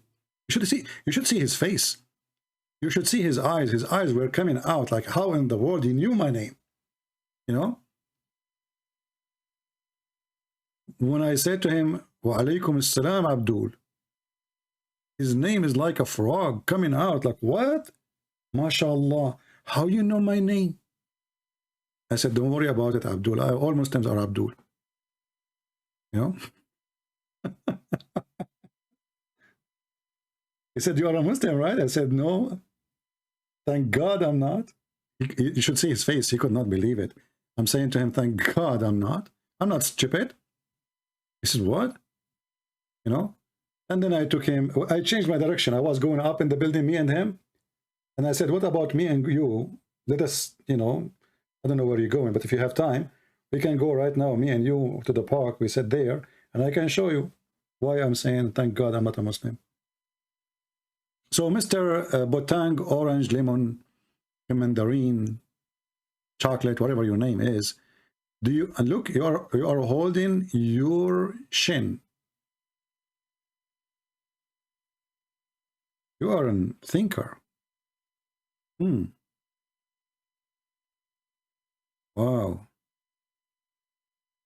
You know what? You must be reading the chapter of the Quran where it says that Solomon, he died and he was standing on a stick for a year. They were saying to yourself, only 1 year? I can stand there for more after death. Anyway, let us take his picture away. Poor guy. I mean, the guy, he made a mistake and he said something. You do not want me to make fun of your Bible? No, you Muslims, all what you do, you make fun of the Bible 24 hours, 7 days a week. Suddenly you became a person who don't make fun of the Bible? Do you see the fabrication of this religion? They make fun of your Bible 24 hours, 7 days a week. And then he says, do you want me to make fun of your Bible?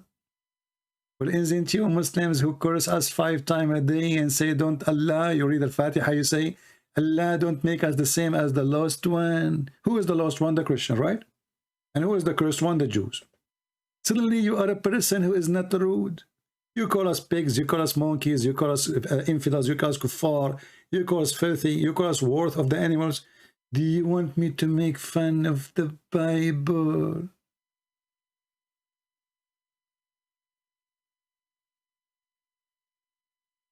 You know what? You should put some ears in your ears. Should somewhat, they call it an earring.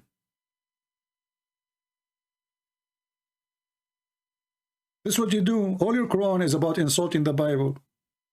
And now suddenly you want me to... So you are not a rude, huh? Your prophet, when he says, go and bite the penis of your father, was not a good Muslim. You're a good Muslim. You don't tell anyone, bite the penis of your father, don't you? Well, you know what? I don't blame you. Because if you say to somebody, go and bite the penis of your father, as your prophet said, he will say to you, go and bite the orange, which is your father.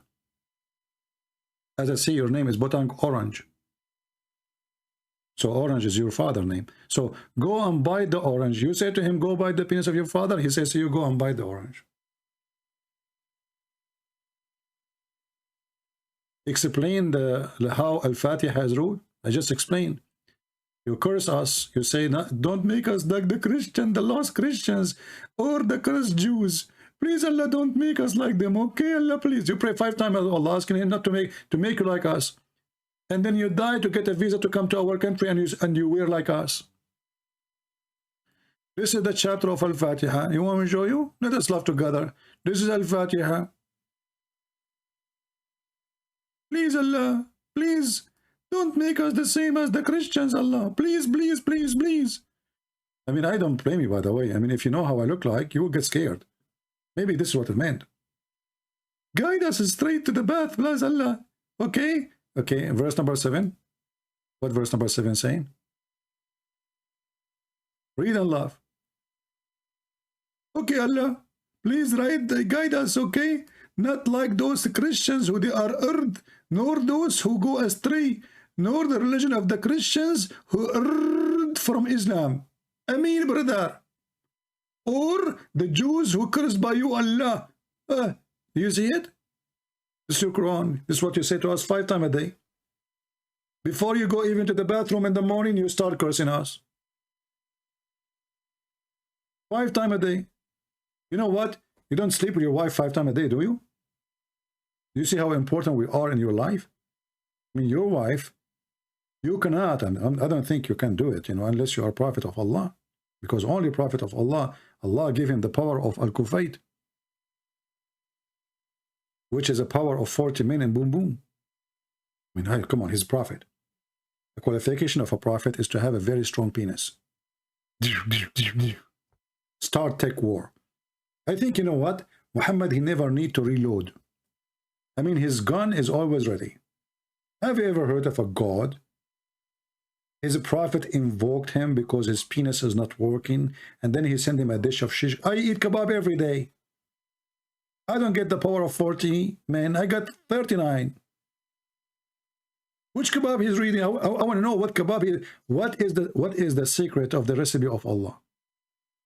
And the funny, the Muslim, they say to us, if Allah wants something, he say B is going to be. How come he did not fix Muhammad by the word B? He sent him a dish of shish kebab.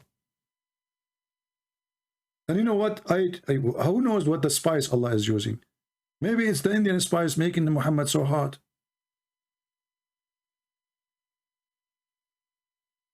Do we have any Muslim? All his religion is about cursing, insulting. The Quran says that the Christians, the Jews, is worse than animal.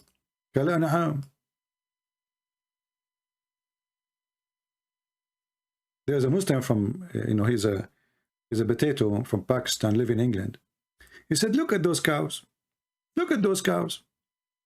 They are animals. They are more useful than the Christians. And the coward himself, he is using a phone made in America, and behind him there's a Mercedes made in Germany. And he claimed that we are useless. The cow is better than us. When he lived in welfare, he never had a job, and he drive a Mercedes. Where's the money coming from? This is your Quran speaking about us. And this is what this guy was quoting in his video.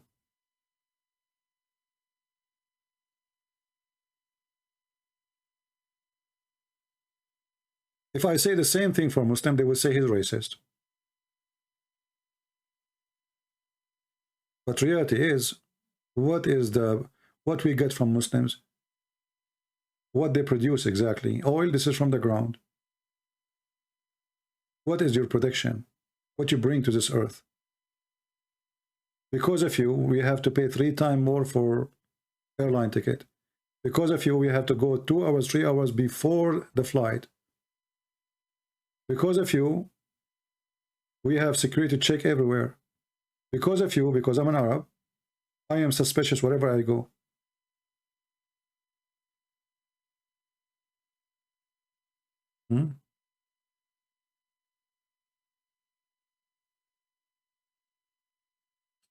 Botang Orange, my friend. Why you don't call me? And I promise you I will speak to you nicely, and I will squeeze you gently like an orange. Usually I squeeze hard only lemon. So instead of complaining, why you don't call me? Let me tell you something. If you call me, you can download the video and you can post it over the internet, like in Craigslist, as you said. And do you know how many Muslim female they will go crazy for you? You're allowed to have 4, by the way, just to remind you. Right now you have only half one. She's 6 years old. So if you call me, the Muslims, they will consider you as a hero. And don't worry, Allah will give you victory, because who is with you? Allah. Allah is not with me. Allah is with you. So what is the problem? After you debate me, you can even change your name from Botang Orange to Botang Papaya. I'm just giving you an idea. I don't know. It's up to you. And look what you just said. You are asking me not to make a mockery, and you are insulting the Bible. Because you cannot change it as you did to the Bible. Okay, just to show you how stupid you are. But isn't it your Quran says that this is the book of Allah? So Allah, his book, changed. This is not my book. According to the Quran, the book is sent by Allah. So you idiot saying that Allah, he sent the book and he could not protect his book. So how you say this is my book? It's not my book. The book belonged to the one who made the book. Who is the one who made the Torah? Muslim, they say Allah. Who is the one who made the Injil, the gospel? They say Allah. So you are saying to me, I change my book or I change your Allah book? In the top of that, Abdul, isn't it the Quran says that the Quran confirmed the book with us? And believe in it? I mean, how stupid this religion is. The Quran says that Allah, he agreed with our book, which is supposedly his book. The Muslim, they say we changed the book. Which one of you is telling the truth? Why are you lying, Muslims, huh? Confirming what is with them. Do you see it? It's your Quran, chapter 2, verse number 89.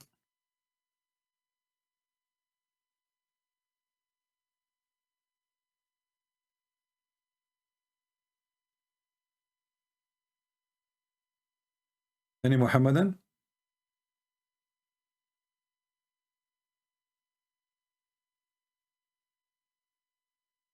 Is that the only Muslim left in the drawer? I mean, you people, what's wrong? Come on, invite some Muslims here. From all the Muhammadan in the, you know, like refugee, they come in from around the world. You get me only one guy from Craigslist? I mean, obviously this guy, he spent his day in Craigslist.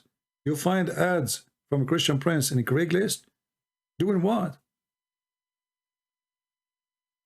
What the heck?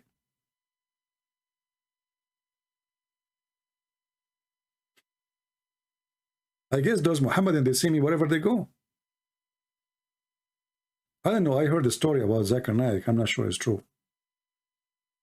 But I don't want to think it's true. Christian Prince, first of all, if you tell lie about me, Allah will burn you. Like Zakir Naik, where you come from, man? I was talking about you, but I did not say anything yet.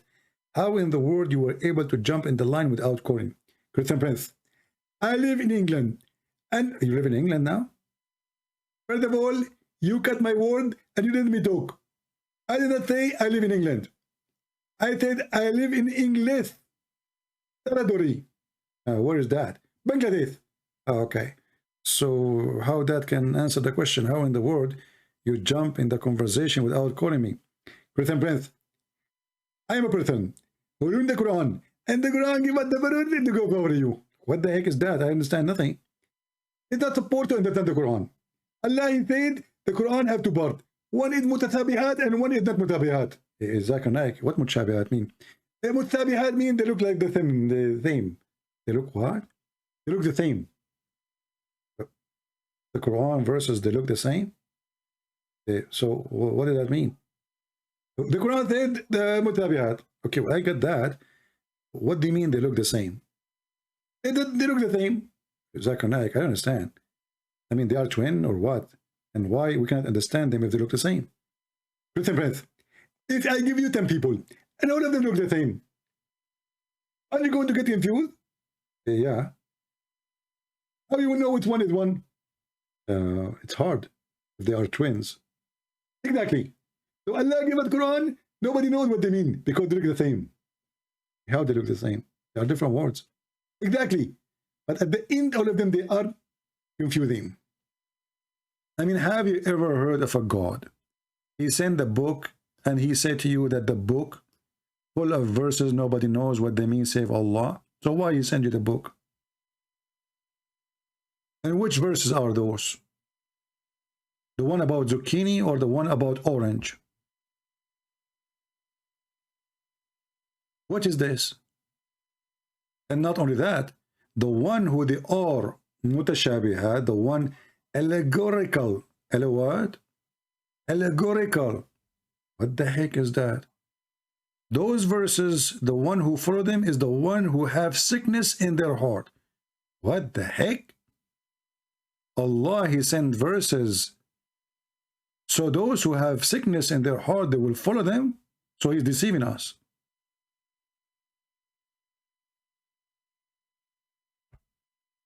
Oh boy. Which verse now is the verse we are talking about? How we will know which ones? This goes for all the Quran.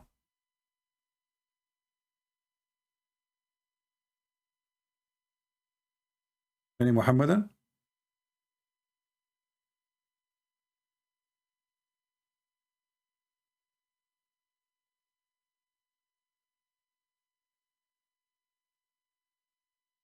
Anyone? Any half one? Your book is made by a man. You are applying this verse incorrectly. Why do not read the Gospel of Barnabas? Well, why you don't read the Bible of Barnabas yourself then? Let me show you the stupidity of those Muhammad. If you ask them, do you accept the Bible of Barnabas? They will say no. So you stupid, why are you ask me to accept it then? In the stupid book of Barnabas, you donkey, it says that the Messiah is Muhammad. Do you agree? We don't read the Bible of Barnabas.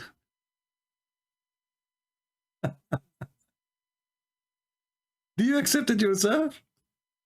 In that book, the Messiah is Muhammad. Certified idiot. Let us see this Abdul here.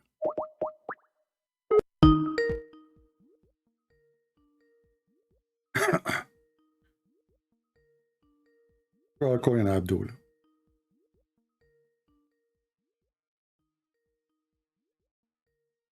He is not answering.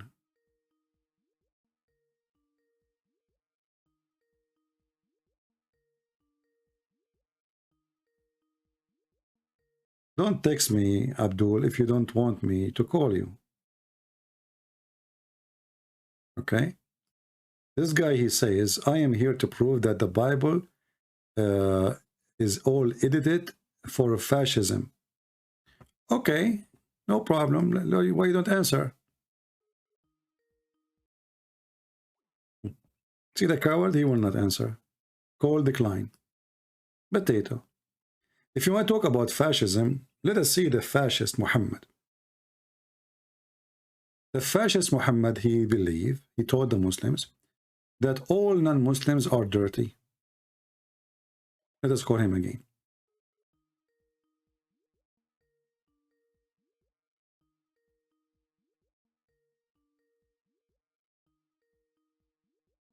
If you don't answer this time, I will block you. Okay, let me block you. I have no time for kids. Coward. Fascism. Look who is talking about fascism. The Muslims, they believe that they are the best of mankind, and Allah, He sent them to put a chain around our neck and bring us like dogs, force us to enter into Islam. This is fascism. According to Islam, the only one is clean is the Muslims, which means Hindus are filthy dirty, Christians are filthy dirty, Jews are filthy dirty, Buddhists are filthy dirty, atheists are filthy dirty. Everybody is dirty. This is your God. Fascist God. You are the best for mankind. And the best for mankind is those who bring them with the chain round their necks till they embrace Islam. And you are talking about fascism until we embrace Hitler. Do you see it?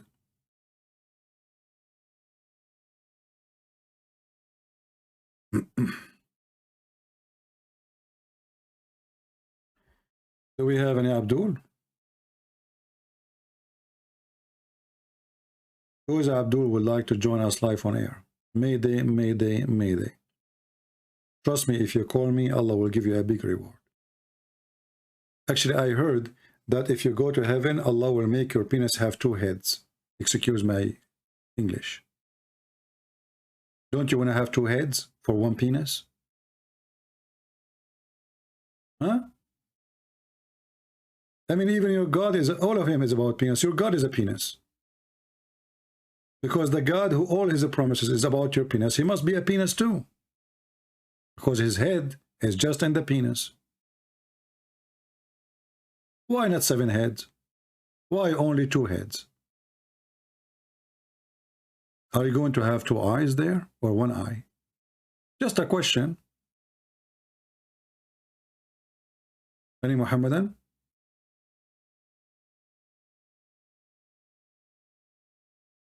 Huh? You know, when Aisha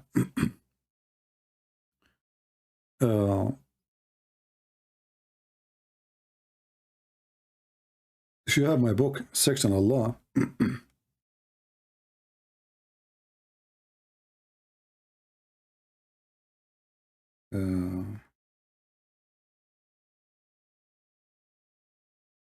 it says, من شر غاسق إذا وقب.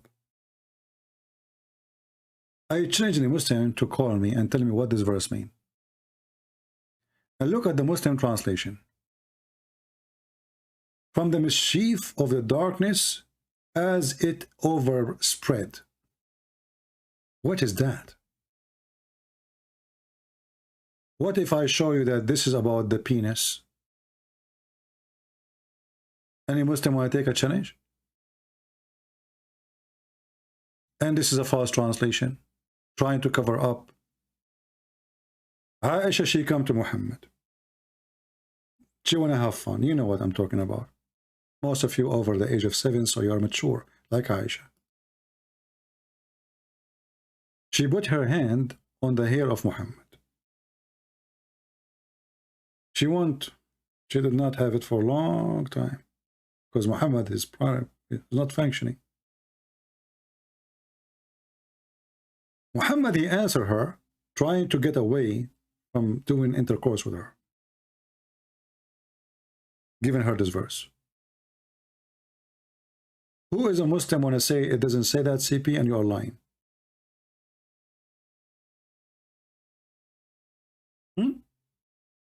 Who is a Muslim, is brave enough to call me and to say, this is not true, you are a liar?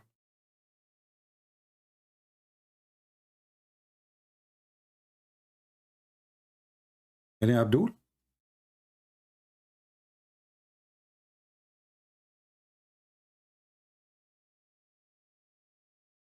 What kind of version? This is your books. This is your scholars. This is your interpretation. This is your stories.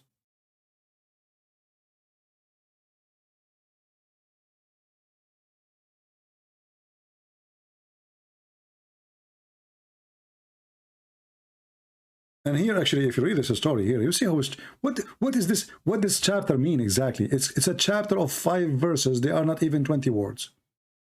What the point of this?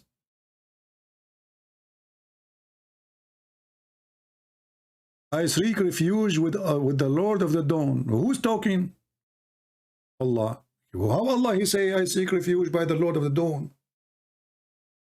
Did Allah says to you, pray like this? No.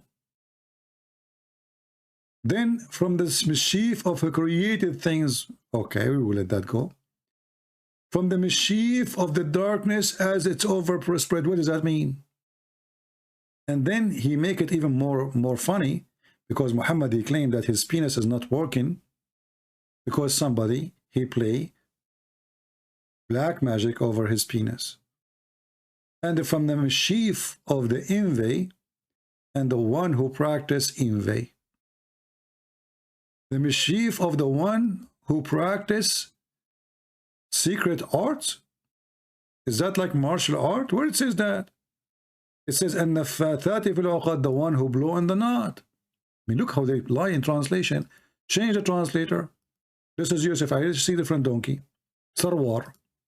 Let us see what Sarwar will say. From the evil of those who practice witchcraft. It doesn't say that. It says from those evil of those who practice blow in the knot. I mean, you Muslims are already not in the translation. Let us see the front translation. Kari. Kari, what is Kari? Here we go. And from the evil of the witches who blow on the knot. Brother, who is a Muslim agree with this? Allah seek refuge from the witches who blow on the knot. Okay, when somebody blow on the knot, what happened?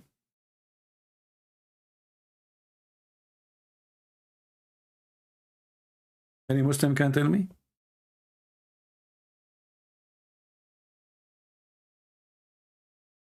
What is this? You Muslims are going not.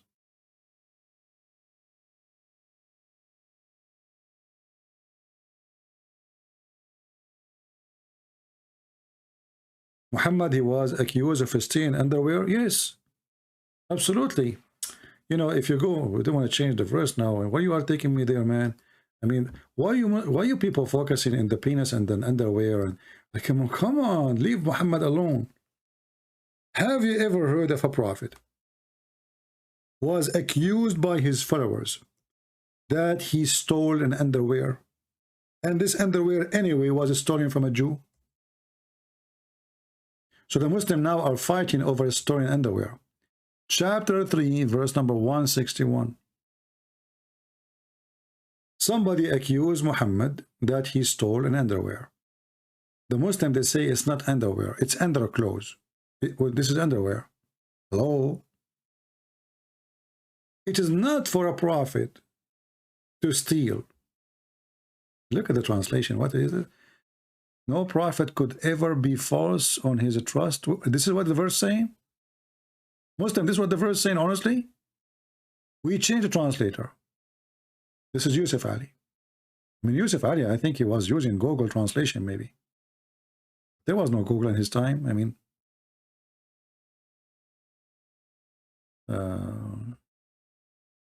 what the heck is that? It is not for any prophet to take illegally a part of the booty. Like, what the heck?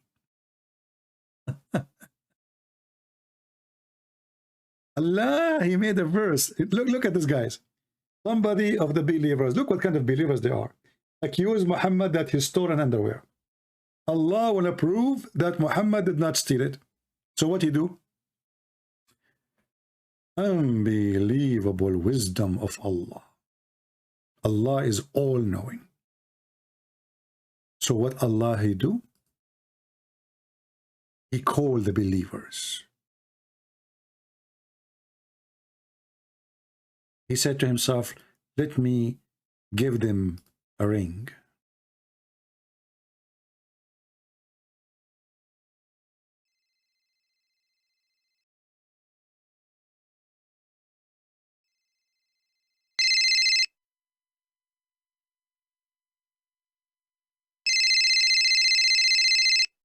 The believers did not answer. Simply, Christian Prince is not telling you the truth. For at that time, brother, there was no cell phone. And Christian Prince is lying, and we get him busted. Cell phone did not exist before 1985. So how he lied to you, and he say Allah called him, and he play ringtone? He's lying. Lying. Uzu billah, aman rabbi aman. This is what they do. Can you show me Imam Murrah? Like, what the heck? I challenge you to show me Imam Murrah. Abdul, come on. Imam Murrah. How I know who is this guy? I mean, it's your book says Imam Murrah. What's my problem? So look what happened. Muhammad was accused that he stole an underwear. If we go and read the interpretation, chapter 3, verse 161,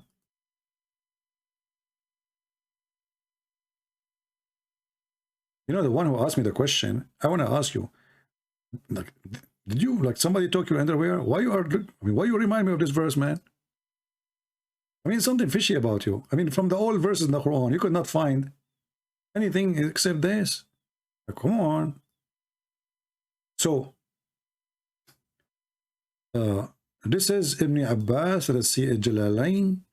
Actually, there's a book, it's called Asbab al-Nuzul, which give you the reason for the verse. We should find the verse there. Look out how long it is, man. So after the Baal with the idolater, the Muslim, they stole the clothes of those people. So one of them, he says, maybe the prophet, he took it.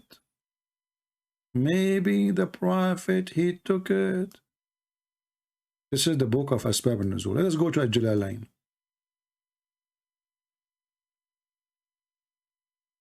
You know, Batang, my friend, you don't know what's happening. Don't you know that the Muslim, they found Muhammad in Ezekiel chapter 23, verse number 20? Call me and let's read together. And the funny is, your prophet, he put his hand on the book of Ezekiel and he took an oath with it. Anyway, listen carefully. When some red velvet cloth went missing in the day of Badr, some people began to say, perhaps the prophet took it. I mean, look, what kind of a bunch of thieves. Imagine, God forbid, we are not comparing, but just to show you how the difference is. Jesus, he have 12 disciples, and now they attack the neighbors, they took their clothing. And now the disciple of Jesus accusing Jesus that he took it. Do you see how low quality they are? They're accusing who? They're a prophet that he stole it. The word yaghul in Arabic is to steal, not just to take. To steal. And then the following verse revealed, saying, It is not the prophet who took the velvet. This verse alone proved to us that Muhammad cannot be prophet and Allah cannot be God. Anyone can tell me why? Let's see who is thinking with me. Why this verse is easy to prove that Muhammad cannot be a prophet? Because if Muhammad did not take it, shouldn't Allah say, go to the guy house, this guy, open his drawer, you will find it? Correct? This is Allah, this is God, supposedly. So what do you mean you send the verse says he did not take it? Shouldn't you tell us who took it then? I mean, imagine you have a detective and he is God. He want to prove that Muhammad is not the thief. So what he say? It's not Muhammad who took it, okay? You? What the heck? What is the proof? And why you don't tell us who took it then? Don't Allah knows who took it? Muslims? How come the Quran says Jesus can tell you what you hide in your houses? How come Allah cannot tell us who is the one hiding the underwear in his house? If Allah is God, he will say, okay, go to the house of this guy. Or you know what? Ask him to take off his pant because he's wearing it. Do you see the liar? So he fabricated a verse saying that Allah said he is not the one who took it, but he did not tell us who took it.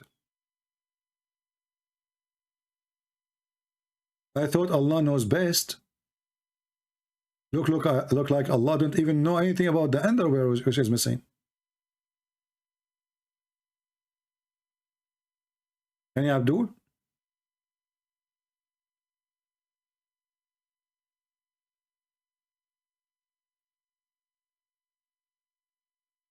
But anyway, I don't believe Muhammad he took it. I believe it's Allah. And I will tell you why. Do you remember the story when Moses he decided to go and take a shower? To wash himself, you know, in the water. He placed his dress over a rock. Allah, he have a history of being a thief. He's very well known. When the Jews, they said that Moses, he have a problem with his penis.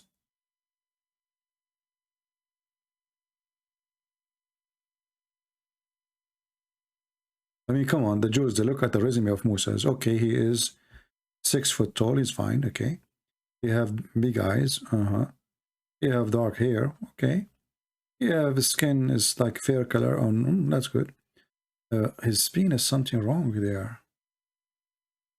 Now, Muhammad, he heard that the Jews, in their tradition, that the priest, he have to be perfectly clean from any disease. So Muhammad, he decided to come to us with a true story. The Jews, my friend. They notice that the prophet Moses don't take a shower with other men. They ask themselves, Habibi Moshe, Habibi. Habibi Moshe, why you are hiding yourself, Habibi? Huh, Habibi? Why you take a shower behind the wall, Habibi, behind the curtain? Can you explain to us, Habibi, why Moshe you are doing that, Habibi? Moshe, he's still doing that. He take a shower behind the curtain. Allah, he heard what the Jews are saying about Moshe, specifically about his penis and his testicles. May Allah bless them and keep them big and nice and round. I mean, his penis is not round, his testicles. So Allah decide to practice what he do best. What is that? Thief. Thief. He hired one of his rocks. I mean, everything worship Allah. And rocks, they pray and bow down and, you know. So he hired one rock. The rock, she went and she stood next to the place where Moses, he take a bath usually. So normally, you know, people, what they do, you want to take a bath and the floor is muddy, wet, you put your clothes in the rock. I do that all the time. All the time, brother. So I put my, Moses, he put his clothes there. He put his credit card, his phone, I mean everything. And now he is naked because there's nobody. He don't take it naked if there's anyone around him. He's very shy. He jump in the water. The second he jump in the water, brother, the stone start running. Brother, those things happen all the time. At that time, stone they used to steal clothes. How we can understand this conclusion? As you notice, Moses, when the stone she took his clothing, he did not get surprised. He did not even say like, wow, stone is running.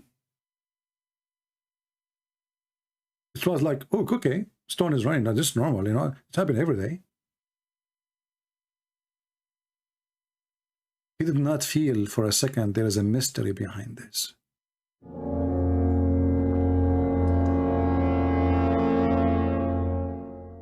It was a very normal behavior.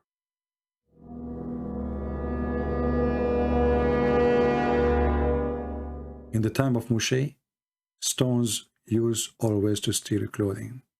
Very well-known stories.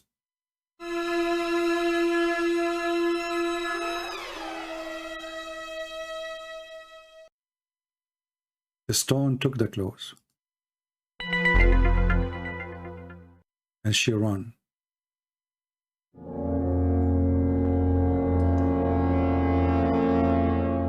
Moses, he was putting shampoo.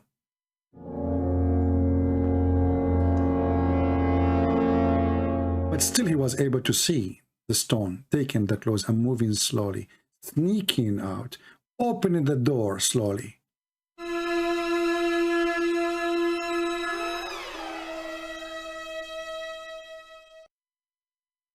When he saw the stone, he did not move automatically. He said, let me sneak on her. But the stone started running. And the stone is so fast. Extremely fast. I mean, how in the world you can even chase a stone is running? They are round, which means they will run like a ball. I don't know if they have legs.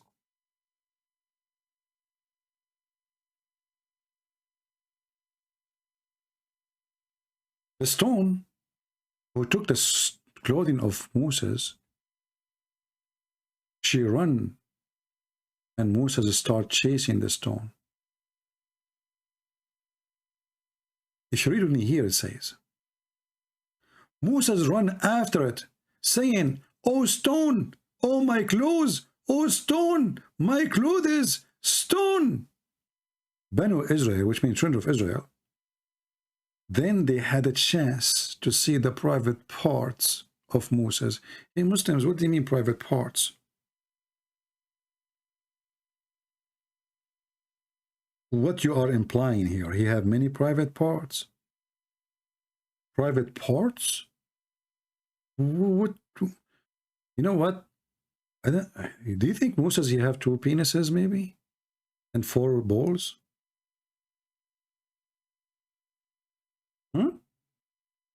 Private part?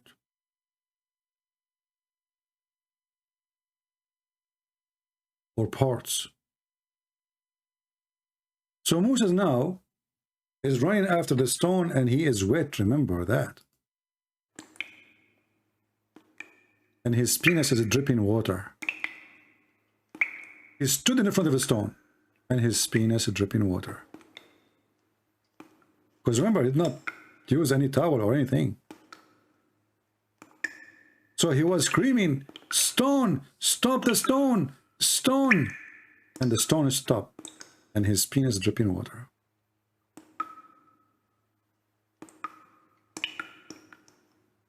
Subhanallah. And then Moses, when the stone stopped, some coins fell down from the pocket of the stone. Because Moses now, he need to prove that the stone is the one who stole his clothing. He said, see?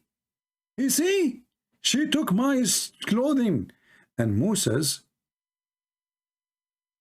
he did not notice that all the Jews now looking at his penis. I mean, come on, put yourself in his, I cannot say shoes because now he's naked. I mean, come on, you don't have shoes. But you know what I'm saying, like, you know. So people, they were looking like, what the heck? When this guy is naked walking in the street, you know, why his penis is moving left or right? You know, I wish there's a camera at that time. I mean, Moses will be so famous.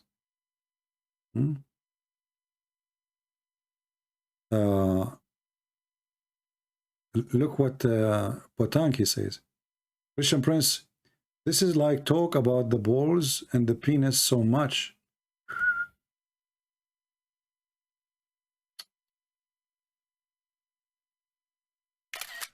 My friend, this is a question you should say to your prophet, because I'm reading your prophet words. It's not me. If your prophet did not keep talking about penises and balls, I will not be talking about it. I'm just reading what your prophet said. You forgot? You are insulting your prophet, my friend. Because I'm reading what your prophet says, and you say to me, he sees the private parts in everything he reads. Well, this is your prophet. Your prophet is the one, he is telling us a story, and I'm reading your prophet's story. Okay, let me show you. You see, you are reading Muslim translation, right? What the Muslim translation, they say, they try to be polite. They say, they see private parts. I want you in the chat to translate the word private parts for me. I will give you example, and you give me, like, 1, it's mean yes, 2, it mean no. Private parts in Islam mean his ears. What do you think? Because look like Christian Prince, he likes to talk about those things. It's not Muhammad, by the way. This is Christian Prince. Can you tell us what the private parts of Moses is? Are you there? Anyway, you notice here in the story how truthful it is that Moses did not even ask how in the world, and even the Jews. Look, the Jews, they saw the stone running. But nobody cared really if the stone is running or not. Everybody is looking at the penis of Moses. And must be something.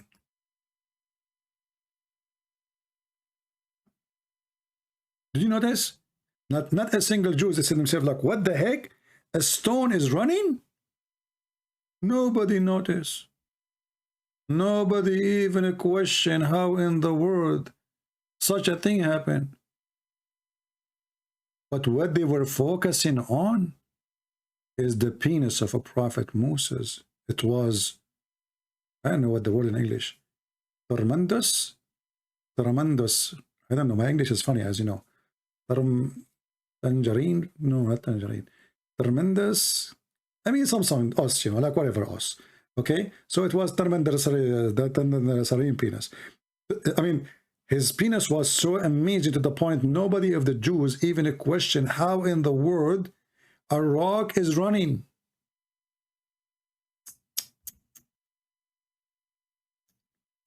My friend, call me, we can read for you Ezekiel 16 if you want, and people will laugh at you.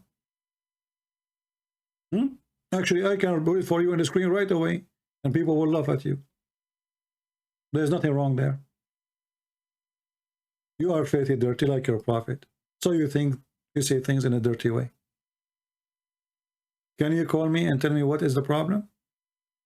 In Ezekiel 16?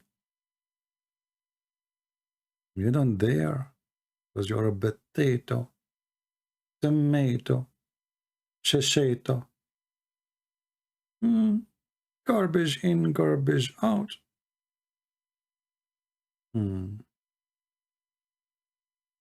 All the chapter of Ezekiel is about God is against fornication. God is against adultery. And you will see even speaking about the daughters of Palestine.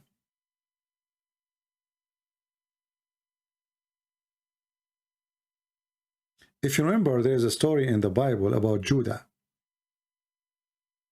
Judah he was not, so in Arabic we call him Yahuwaza. He was not a good person. So he went and he slept with the Palestinian women. Do you know what the Palestinian they used to do? Anyone knows? Anyone knows what Palestinian used to do?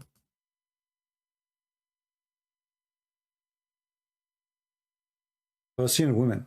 I'm not talking about now. I'm talking about according to the Bible.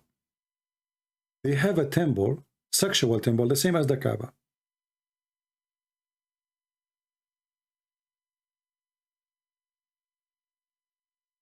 A woman, when she want to repent, she go to the temple and she offer herself to whoever come as a prostitute.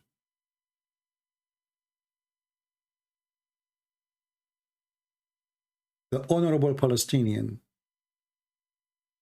religion. This is Islam, the same.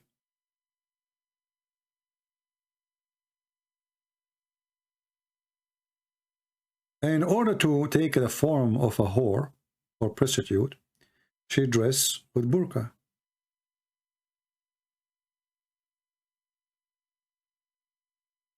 And by the way, there's a video of Didat.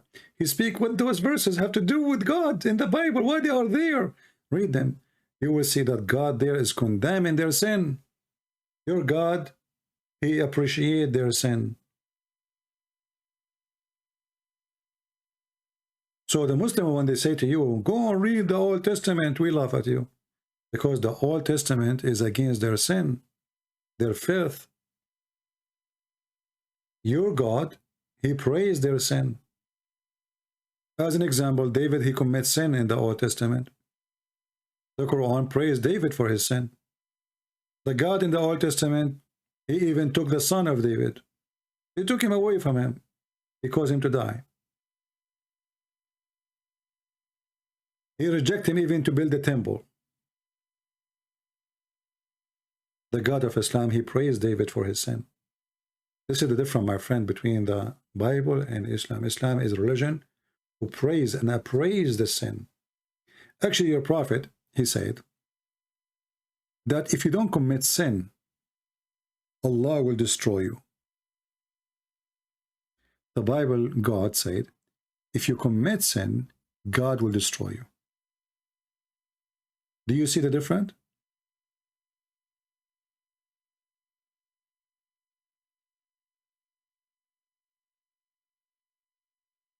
Let us see the verses.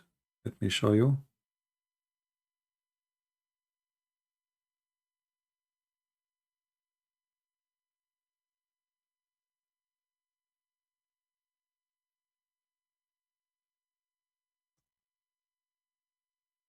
Islam is totally the opposite of Christianity. It is satanic. While the God of the Christians, he destroyed cities and even the whole world in the time of Noah, the God of Islam says the opposite. Read it. Do you see it? If you don't commit sin, Allah will replace you with people who commit sin. And this is sahih. You know, the Muslim, they will try to say to you, oh, this is not sahih. This is da'if hadith, you know. It's sahih. Sahih Muslim. And even here it says sahih.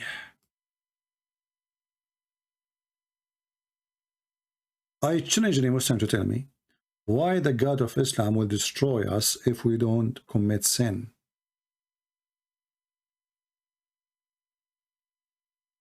Anyone?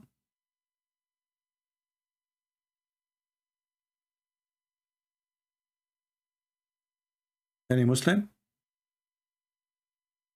Do you see the total opposite of Christianity? So this God is a very silly God. The stories are very stupid. I mean, somebody accused Moses that he have a problem with his penis.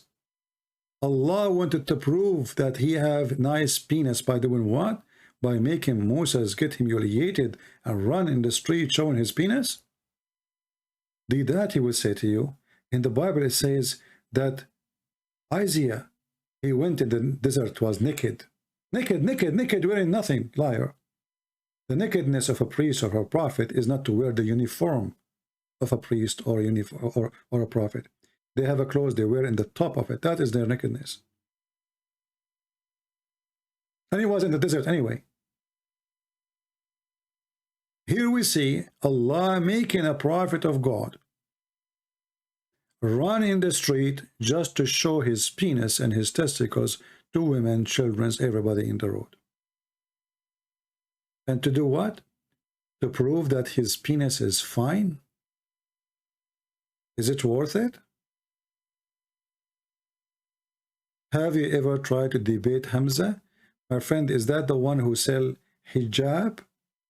I mean, this guy is obviously a potato. He's a womanizer. He's not a man enough to let me call him. Give me his Skype, I will call him right now. I could not believe it that there's a guy, he's a man, he's a Muslim. He opened a store to sell clothes to women. This is a business for women. Women, they sell to women. Especially you claim to be a Muslim conservative. You remind me. Do you know the story of the Bahanut Tammar? The Bahanut Tammar, a woman, she came to his store. He sell a fruit, palm fruit. He come to the Prophet and he told the Prophet, I did with this woman who is she is married. Everything the man he do with the women except sexual intercourse. Everything. The Prophet, he said to him, well, it's okay. Allah, he forgive all sin, especially al-lamam. What is al-lamam? Any Muslim want to call us and tell us what al-lamam is?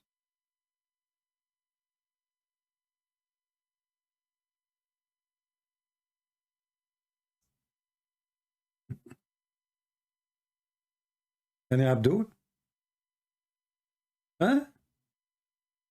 Having, kissing, touching, playing with the vagina of a woman, and she is playing with your penis. This is in Islam lamam, and it's okay. It's not even an adultery.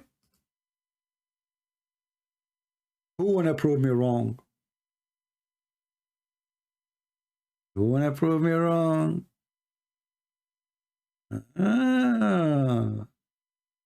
What a religion.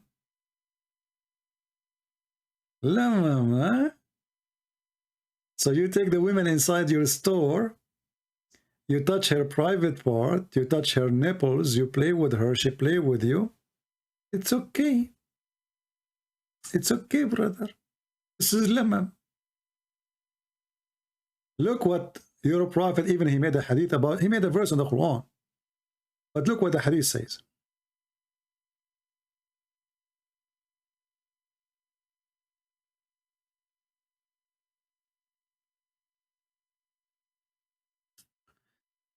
I have not seen a thing resembling lamam. Between two bracket, minor sin. What? Minor sin. A Muslim will say to you, come on, this is minor sin. Hello? It's a minor sin in Islam, touching married women, playing with her vagina, and she play with your penis, and you kiss and you touch all over. It is lamam. Who wanna challenge me that this is what happened?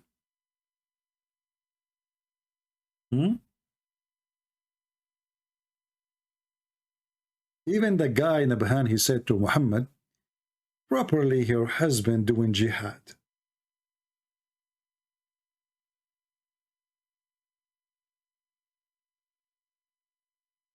The husband doing jihad.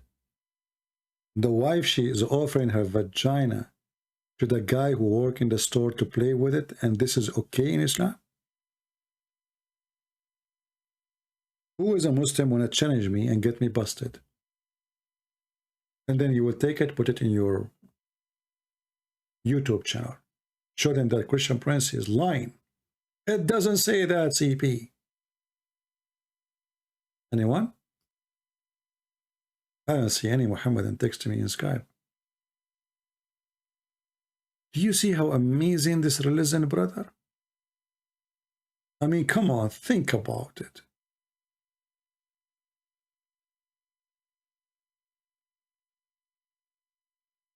Is that the same teaching of Jesus? You take a married woman inside your store and you touch and you play with her private part. And the prophet, he said to you, it's okay. This is lemon.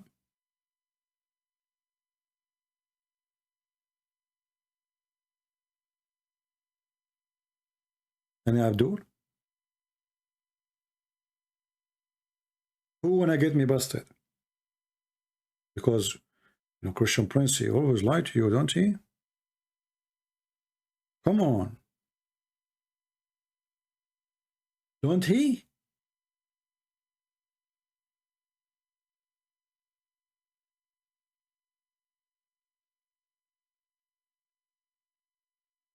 And Abdul? What kind of religion this religion is? You can touch a woman everywhere. You can kiss her. You can play with her private part. She can play with your private part. Even if you, excuse my language, if you put your private part in the wrong location, you know what I'm talking about. This is not fornication yet in Islam. Is that true?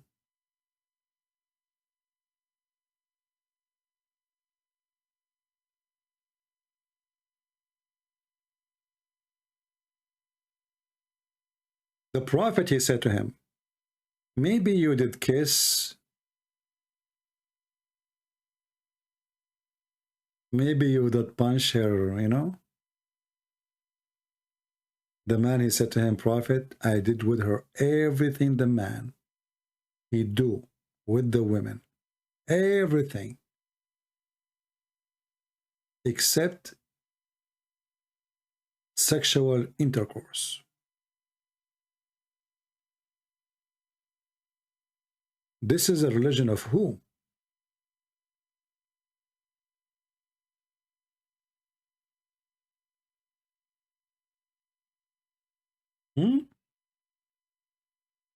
And they speak about our women, they wear burqa, and you know. A Muslim married woman, she can go around. She can allow the butcher to touch her. There's no penalty. Actually, you know what? In front of everybody, I challenge a Muslim to show me what the penalty for that in Islam, in the Quran, or even in the Hadith.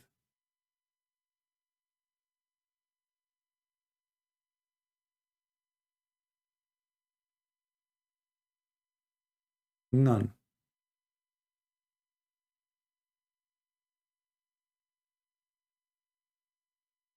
Nada. What a great religion, my friend.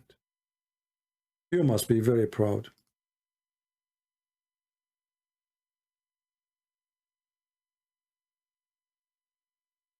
Just a reminder, we go live on air every Friday and Sunday, 10:30 a.m. New York time.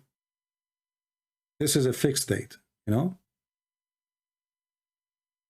This is a fixed date, which means in those days, exactly this time, we will be there. And during the week, I might come early, I might come late. Just you have to watch. You can subscribe to Patreon so you can get informed about when I'm going to go live. Chapter 53, verse number 32. Who is a Muslim is willing to call us and tell us how in the world Muhammad, he approved a behavior of a married man touching a married woman, playing with her private part, doing everything the man he do. And this is okay. It's not a big deal.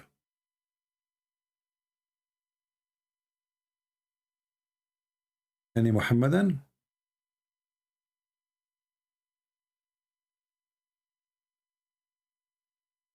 No?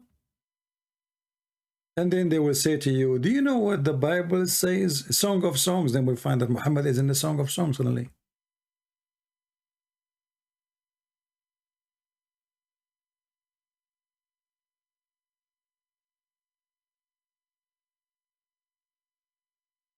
Yani Abdul.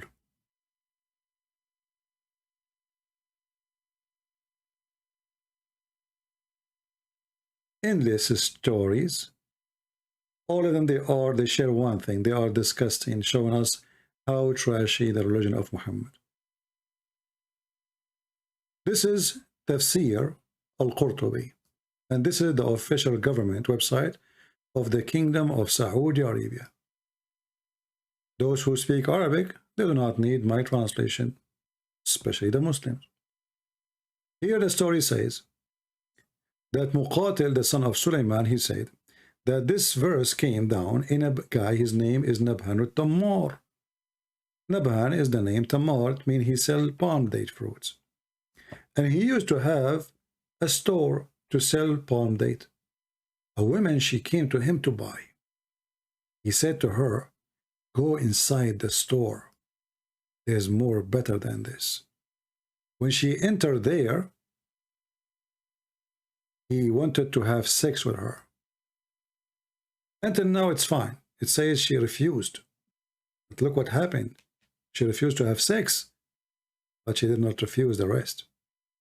And then she left. Nabhan, he went to the Messenger of Allah. And he said to him, O Messenger of Allah, I did with this woman everything the man he do. Everything. Except sexual intercourse. Everything. I did. The Messenger of Allah said, maybe her husband is doing jihad or attack somewhere. And then this verse came down, saying to him that adultery,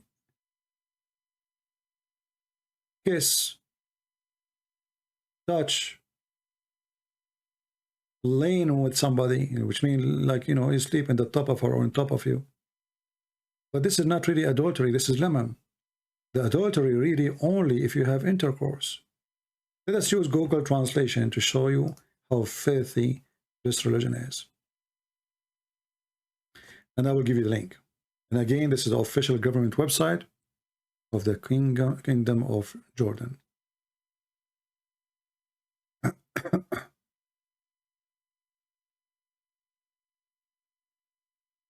Let's see where the stories start here in English. Here we go. So this story is about Nabhan. This revealed about a guy, his name is Nabhan al-Tammar. He had a shop which he sold date. A woman came to him to buy dates from him. And he said to her, there is something better inside the shop, which means get in. When she entered the shop, she refused to do intercourse, not to play. Later, how we understand that? Later he will explain. Nabhan regret that doing that. So he came to the Messenger of Allah. And he said to him, O Messenger of Allah, I did not do, like there's nothing a man does not do, I did it with this woman, except sexual intercourse. So he did with this woman everything. He touched her, he hugged her, he kissed her, he played with her private part. But he did not do intercourse. The Prophet, he said, maybe her husband is doing jihad. And this verse was revealed after that, saying that those are small things. Anything is less than intercourse, such like kissing, winkling, looking, or iddaja. Iddaja usually, it can be sex, intercourse, But obviously here, it means he did lay down with her.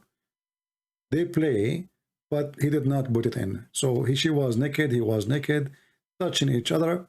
This is not a problem, because in Islam only, fornication is fornication when you do intercourse. Only. And let me give you the link so you can use Google Translation yourself. And if you are a Muslim, you can check it out. Maybe you are lying. Maybe it doesn't say that. Here we go. The link is there. This is Islam. You find the married women, you play with her. In front of every Muslim here, who is the Muslim can get me busted and show me that this is haram in Islam. Yeah, Imam Murrah is the cousin of Prophet Muhammad, in case you do not know. And the proof of that, he have a pimple over his penis, like your prophet. Do we have any Muslim want to answer? What is the punishment in Islam for a wife? She kiss, she touch, she play with the penis of other man, or he play with her vagina. She did not do intercourse.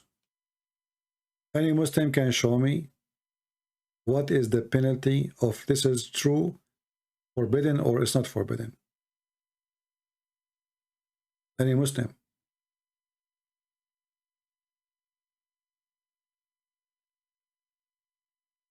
Any Muhammadan? Actually, I find it very stupid for Muhammad to mention that this is adultery, when Muhammadan they believe that all adultery is written for you as a destiny. It's not even a choice. According to Muhammad, when a man he sleep with a woman, he did not choose to sleep with her. It was Allah's destiny. So before Allah he created you, he wrote in your destiny that you are going to sleep with this woman and this woman and this woman, and you have to commit of necessity. It's not a choice. Verily Allah has fixed the very portion of adultery which a man will indulge in, and which he of necessity must commit. Do you see it? So even when you commit fornication, but as you see, kissing a woman, touching a woman, playing with her private part, she play with your penis is okay. It's not a fornication. But even if you do fornication, it was not a choice. It was a destiny. How that can be from God? And why God will not punish you for such a sin if he is the one who decide for you what you will do?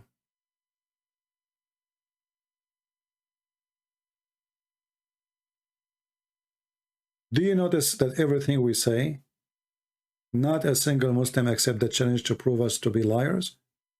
After we finish, we go, we go live on air. We stay 5 hours. After I finish, they will see the Muslim saying, "Christian Prince, you're a liar. Been exposed." Where is the liar? Here we go. Everything I am saying, I'm showing it to you in the screen. Your website, your tafsir, your Quran, your hadith. Nothing from me. There's a Muslim woman.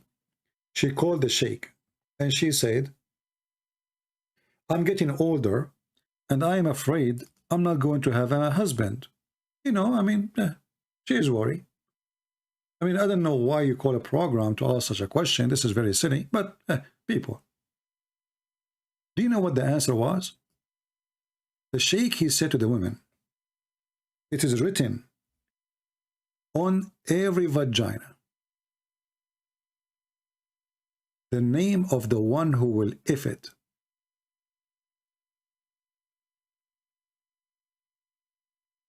And I can't find the video right now. So he told the women, "Don't worry. If Allah wrote that for you, you will be effed. In fact, it's written over your vagina the names of all of those men who is going to F you. And here we go. This is the Sheikh from Al-Azhar University, and this is official Islamic TV in Egypt.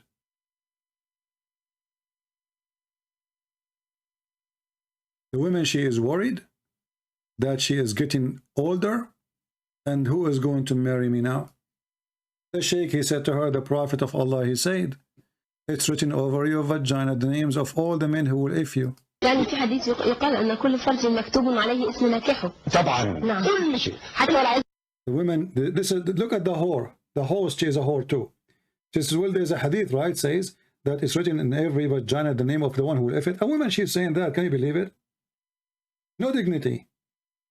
A woman, she is saying, and you ask the Muslim what farj mean. Like you see the Quran says that Allah, he blow into farjaha to marry.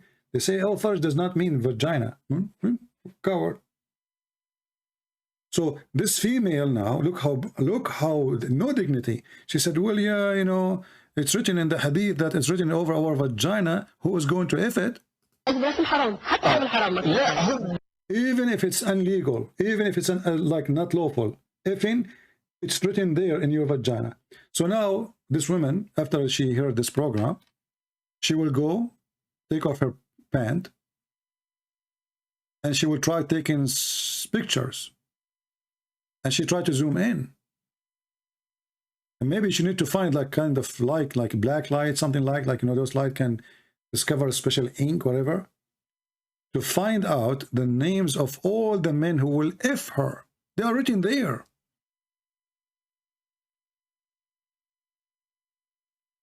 They are all written there. وكل شيء مكتوب حد لا ما هو ده يؤجر وده يؤجر.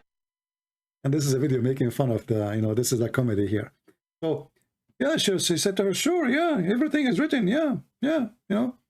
And here you ask yourself, what if a woman, she is a whore, she's a prostitute, she sleeps every day with like 20, 30 men.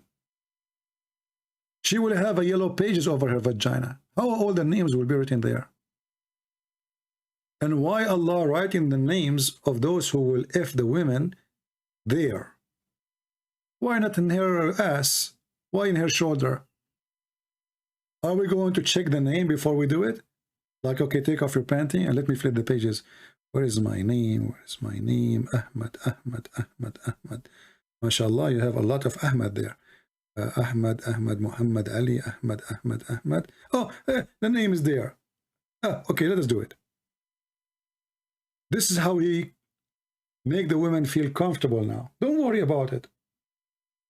Don't worry, the Prophet said it's written the names of all the men who will F you, even if they are illegal. Effing. This is religion.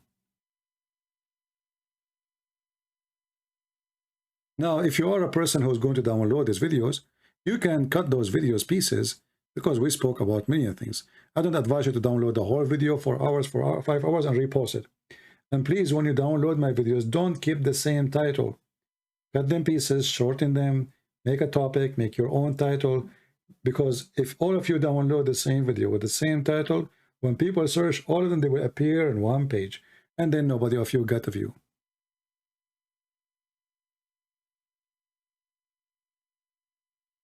Any Abdul?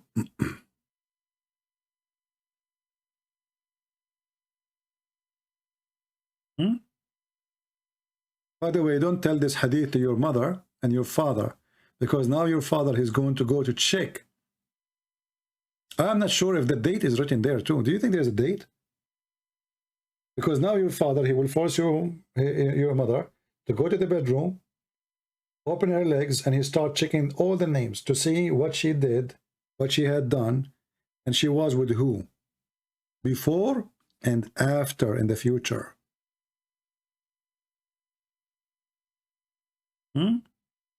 Take off your panty. Let us see if only one name written there, huh? How many names there? What is that? And why Allah he wrote the names there? And what kind of God he do such a thing? Is that a tattoo? A vagina tattoo have all the names? And then the Abdul from Indonesia, he says to me, why you keep talking about penis? This is your religion. This is your religion.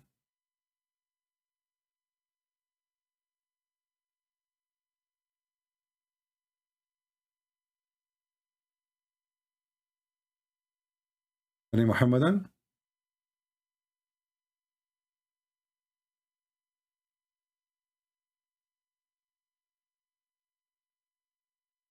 Look what William is saying. Who is William?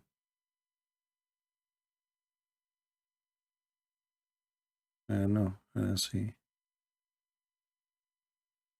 You are just because Islam is the fastest growing religion in the world. Well, I don't know. I mean, you Muslim, you say the opposite. Research shows that over 100,000 Muslims leave Islam every single year. Our youth are full of doubt. And that is Muslim youth leaving Islam. 24% of Muslim youth are leaving Islam. Your child is about to become apostate. Your child is about to become apostate. In America, this is the last thing. 23% are becoming apostates. Youth 23% in America, brother. Are you there, Abdul? I am in America. 23% of the Muslims in America, according to Zakir Naik, Mimi Hijab. Now I challenge you to make a video and say Mimi Hijab is lying. Did you see it? They become apostate. Your son was going to what the heck? That was so fast, Mr. Turkey. Your child is about to become apostate. Child is about to become apostate. Child is about to become apostate. What the heck is that? Child is about to become apostate. Child is about to become apostate. Child is about to become. I told you to change your battery. Use Duracell. It's better battery. This is what happened when you use a battery made in Egypt. And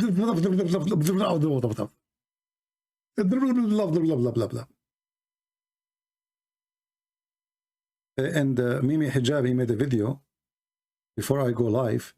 It says how to stop Africa westernizing Nigeria lecturer. This is the title, but look what he's wearing. You want to stop the African from being westernized and you are wearing a suit with a tie? I mean, who is the donkey here? What's wrong with those people? Do you have a brain? How to stop African westernizing Nigeria lecturer and you are wearing a suit with a tie? Isn't it this is westernizing? Do you see the stupidity? I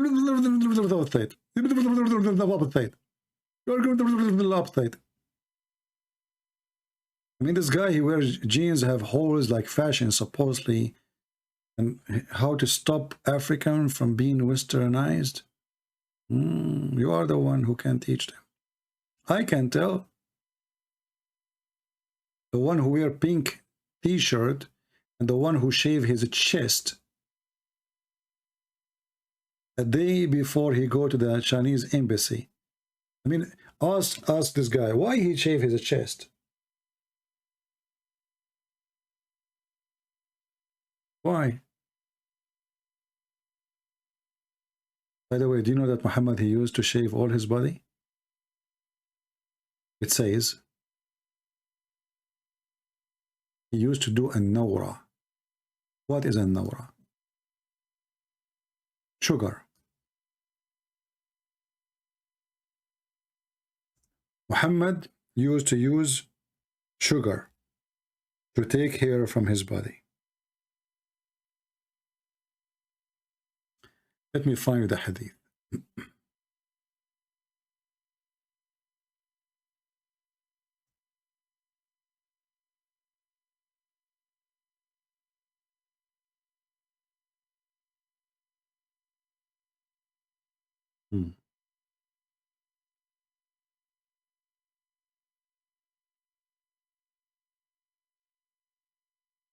So when Mimi Hijab, he decided to look more feminine, by shaving the hair from his body. I don't know how many of you are Middle Eastern, but for us Middle Eastern, this is a very bad behavior for a man to shave his hair. I know that some of you in your culture didn't have a problem with that, but for Middle Eastern men, this is a big problem. And Muhammad, he used to do it. So not only he used it for his private part, he do it to the remind of all his body.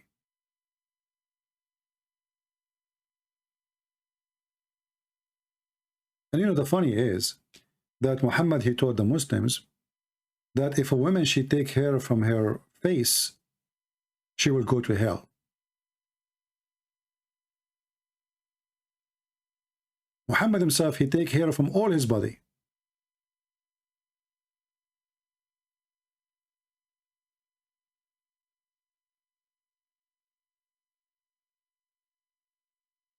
If a woman, she take hair from her face, she will go to hell. She is a bad woman. Allah, he curse her.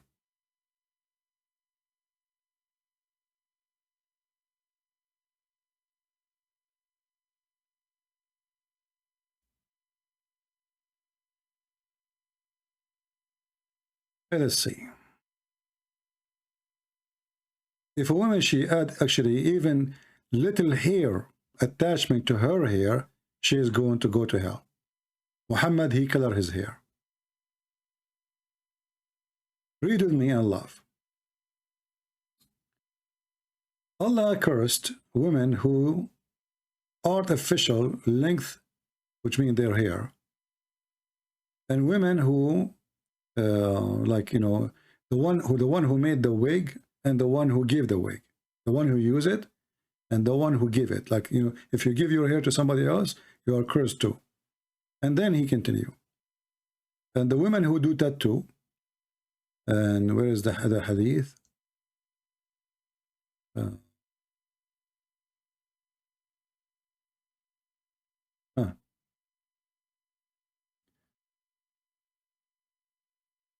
Sharpening the end of the teeth, tattooing, blocking hairs, men sleeping together without an undergarment, women sleeping together without undergarment. I mean, look at this hadith. Let's see this one.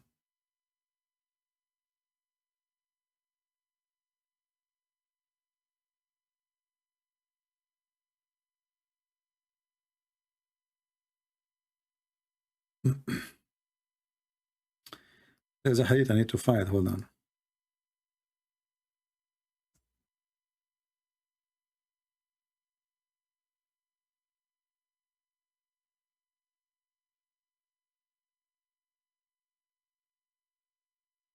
All right.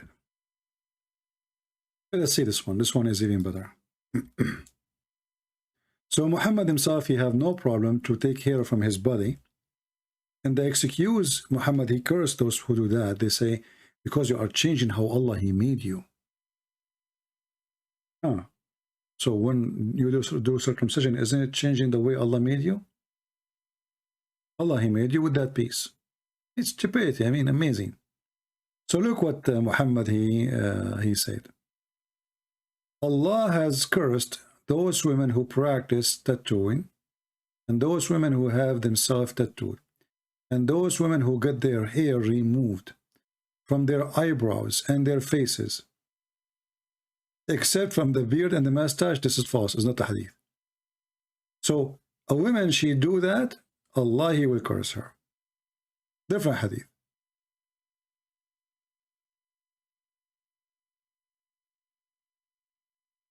Allah has cursed the women, the Prophet, he said, who do tattoo, and who have themselves tattooed, and those who block their hair from their faces, and those who make the spaces between their teeth for beautification, changing what God has created. See the reason? You are changing what God has created. So why Muhammad, he color his face, sorry, his hair? Why he is taking hair from his body if taking hair for the woman from her face is the reason for her to be cursed.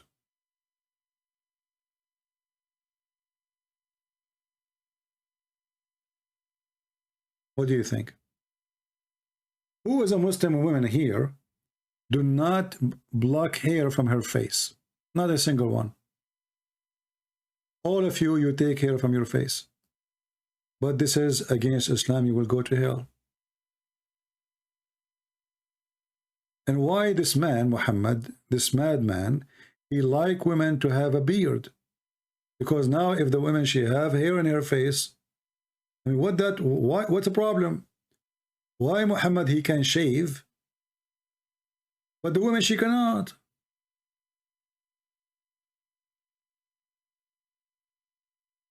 Any Muslim can tell us? Why men in Islam, they can shave their beard, they can't take hair from their face? And Muhammad, he did that, even to all his body, not only his face. Why a woman, if she take hair from her face, she go to hell?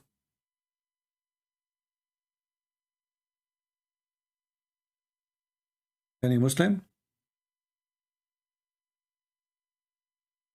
And if the excuse is they are changing them how Allah, he created them, then Muslims should not do circumcision, because you are, this is way more than taking a hair, you are cutting a piece of meat. All what I talk about is penis and vagina. Yeah, I'm reading your prophet. But I can say your book is, all of it is about penis and vagina, and the best scenario shit. Isn't it your God who says that you have to do ablution if you come from the shit and you touch women? So your prophet, he made touching women the same as shit. If you don't believe me, call me. What's my fault if your book is, all of it is about penis, vagina, shit? In the best scenario, P. Have you ever heard of a prophet, his followers drink his piss? Can you explain to me? You see, the Christians, they worship Jesus. They worship him as God, literally. And Muhammad is not God. That's what they say to us. But the Muslims is the one who drink the piss of their prophet. Have you ever heard of any religion, the followers of a man, they drink his piss? I challenge you, and not only that, Muhammad, he told the women who drank his piss, fire will not touch your stomach no more. He claimed that his piss is a holy piss.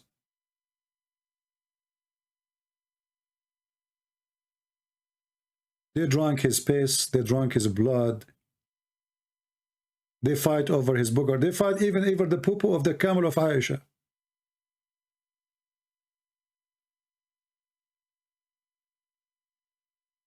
There's a video in YouTube for a Muslim movie made by Muslims, where the Muslims are fighting over the poop of Aisha camel. The poop of who? The camel of Aisha, not Aisha. This is the movie. And this is a movie made by Muslims. This is not my movie.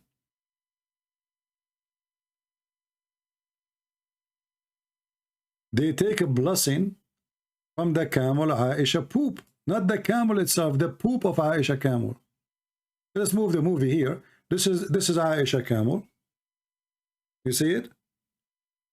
And the people are rounding around it, waiting for the camel to poop. Literally. And then the camel, he poop. People, they fight over the poop. Look what happened here. Here, let us go down. Here, the poop of the camel is coming down. And the Muslim hands, you see their hands? They are looking at the ass of the camel, and the other guy is praying to Allah. And the poop start coming.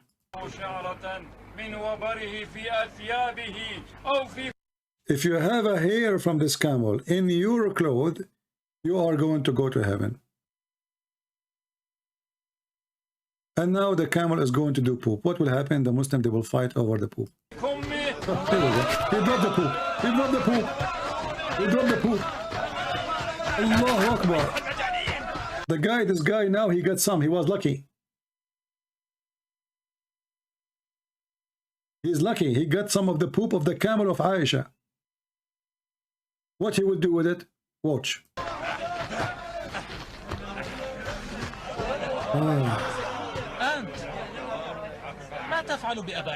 Those are supposedly the bad Arab, the guy in black. This is a kuffar. Those are like the Christians, you know, they are bad ones. He's making fun of him. What are you? He's saying to him, "What are you doing with the poop of the camel? Huh? What are you doing?" This is the bad kafir, the one with the black. That's why he's wearing black. The good Muslim, they wear yellow. You know, remember the black will make your penis not work. He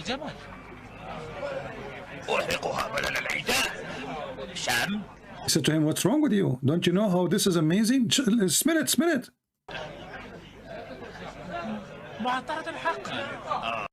The guy, he is being hypocrite. He says, "Yeah, it's yeah, it smells good, Oh wow! It is more tasty than musk, man." Anyway, go. Let me give you the link, so you don't say I'm making things up. Here we go. This is the video. This is Islam. This is Islam. And then the Abdul will say to me, "This is what you are talking about, but this is your religion." Fighting over the poo-poo of the camel of Aisha.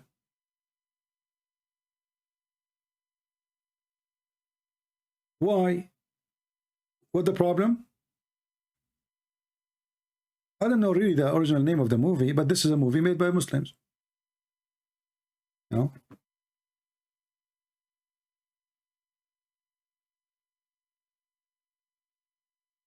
I mean, I wish I was existed at that time. I will save as much poop as I can and put them in the stock market.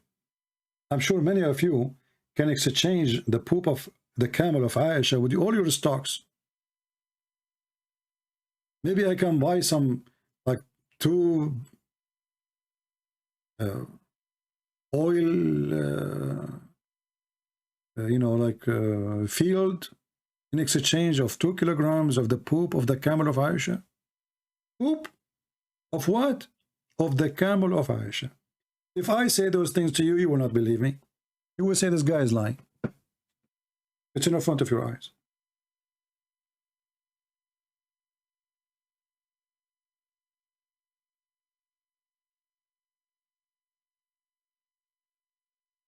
No, I don't think this is called the message. The message is a different one. That one is made by Al-Qaddafi. That one, he hired famous artists in order to spread Islam, you know, to fool. And you know, those artists, they don't care. Like Anthony Quinn, everything for sale. Cowards.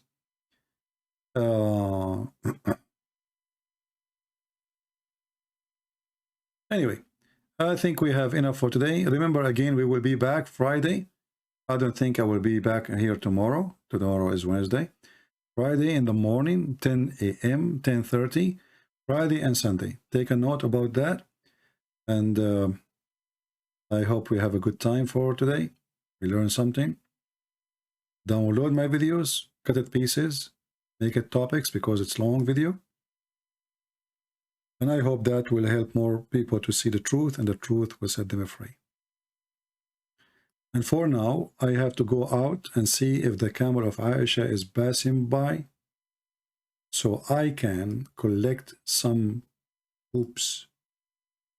Because we Muslim brothers and sisters, we don't worship Prophet Muhammad. He's servant of Allah. But we drink his piss. And we drink his blood. And we fight over his poop. Even the water which they wash his underwear with it, we fight over it. But yet we don't worship him, okay?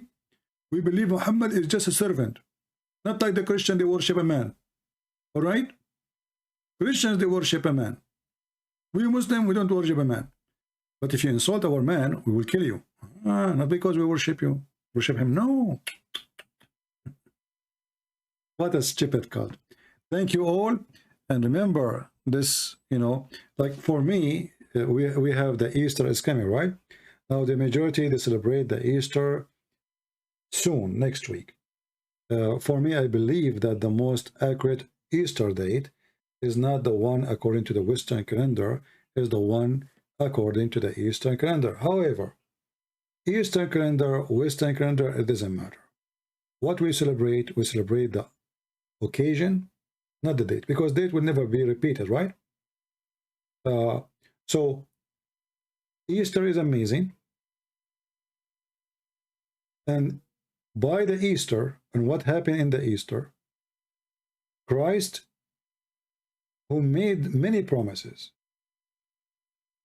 who made many claims, he confirmed all his claims. This is why in this week we will challenge Muslims about the crucifixion of Jesus. And as you see, nobody there to prove us wrong. Even now we have more and more Muslim clerics agreeing with us.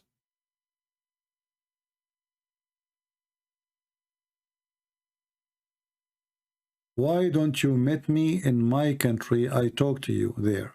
Hey, Botang, your country is run by a stupid, coward people.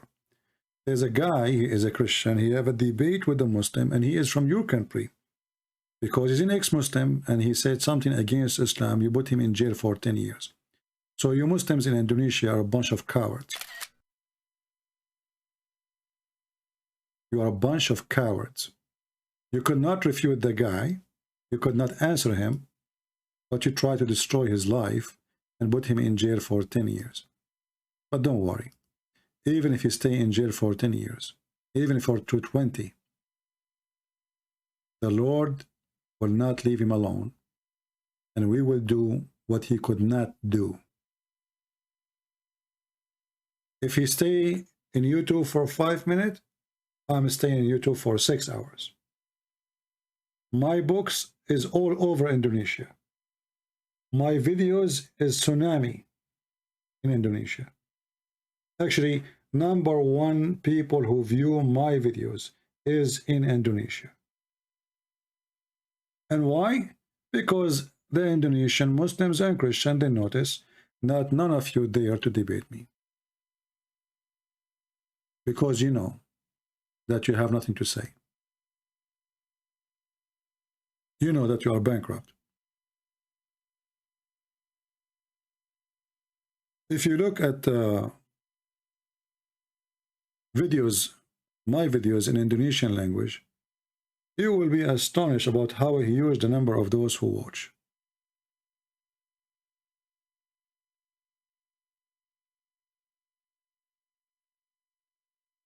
Link for what? What link? I don't know, link for what? And actually, every day we go live, we have Muslims leave Islam. You know, the guy who called me today, and he claimed that Jesus wasn't exist. We asked him where he got this from. Imagine he challenged me to prove that. He wanted me to prove that. I asked him, show me. He said, in book, people of Luke, he says, show me. They are really, really suffering badly. Bankrupt religion. Well, this is in the Greek book. Well, your God himself, he chose the Greek book to be the real gospel. Your stupid God, he did not even mention Matthew or Luke or Mark. He mentioned only the book of John. And he copied the words of John. Almost word by word.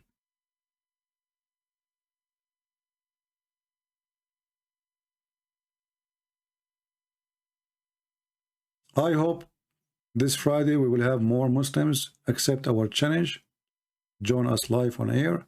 And if you know any Muslim, he claimed that he have knowledge, tell him, well, you know, come over, let us see how strong you are. In the Middle East we say, you know how good a diver when there is a sea. When there is no water, you do not know. Everybody is so good in diving. Only when there is water, we know. Here, we discover how deep your water is, how knowledgeable you are, how truthful you are, and how strong or weak you are.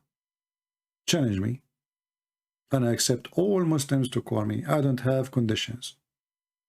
I don't request, like, Muslims, they make conditions. We have to debate face to face. I challenge you, because simply they don't want it to happen. What face to face? It's an excuse. Is a Good Friday, CP? Well, all Fridays are good as long as they are Friday for the Lord. The Bible says that all days are Sabbath, for all days are the days of the Lord. And right now, actually, when we say, like today is April, Wednesday 13, 707, the year of the Lord, the day of the Lord. So all days belong to him. Our calendar function by his name. Your computer, your phone.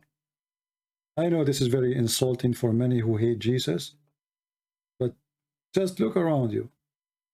Every timing, every clock, every computer, every phone, every paycheck, every calendar work by the name of Jesus. You hate it, you like it, live with it. It is the year of the Lord. Thank you all for being here. Until we see you again this coming Friday, 10:30, Friday and Sunday, 10:30 a.m. New York time. Until then, may the Lord bless you all. Christ is Lord. Islam is fraud, is a scam, and Islam without lies dies. See ya.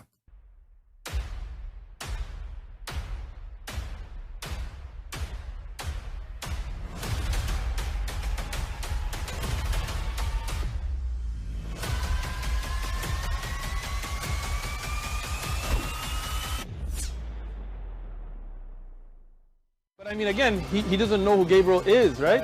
Because he didn't come from an Abrahamic faith. The people of Mecca were pagan. The Quran is mentioned, if this book was from other than God, they would have found in it many contradictions. If a book is without contradictions, that has no bearing on whether it comes from God or not. I've had phone books that are inerrant, but I certainly don't think God gave them. That we believe without understanding. The brother asked a very important question, that most of the scholars say that listening to music, watching movies, and most of the television programs, they're haram. So how can we have fun? Let me tell you, brother, at the outset, that having fun is permitted in Islam as long as the fun is halal fun. That the standard narrative has holes in it. The Prophet tells us because Satan or the devil sleeps over our nostrils. Those who oversleep and not pray Fajr on time, Satan urinates in their ears. I really do think Jesus was crucified and that he really was dead and buried. He thought that he was a son of God in the sense that he was specially chosen by God. I think Jesus really did think he was going to be the Messiah, the future king of Israel. I mean, that is, after all, why they crucified him.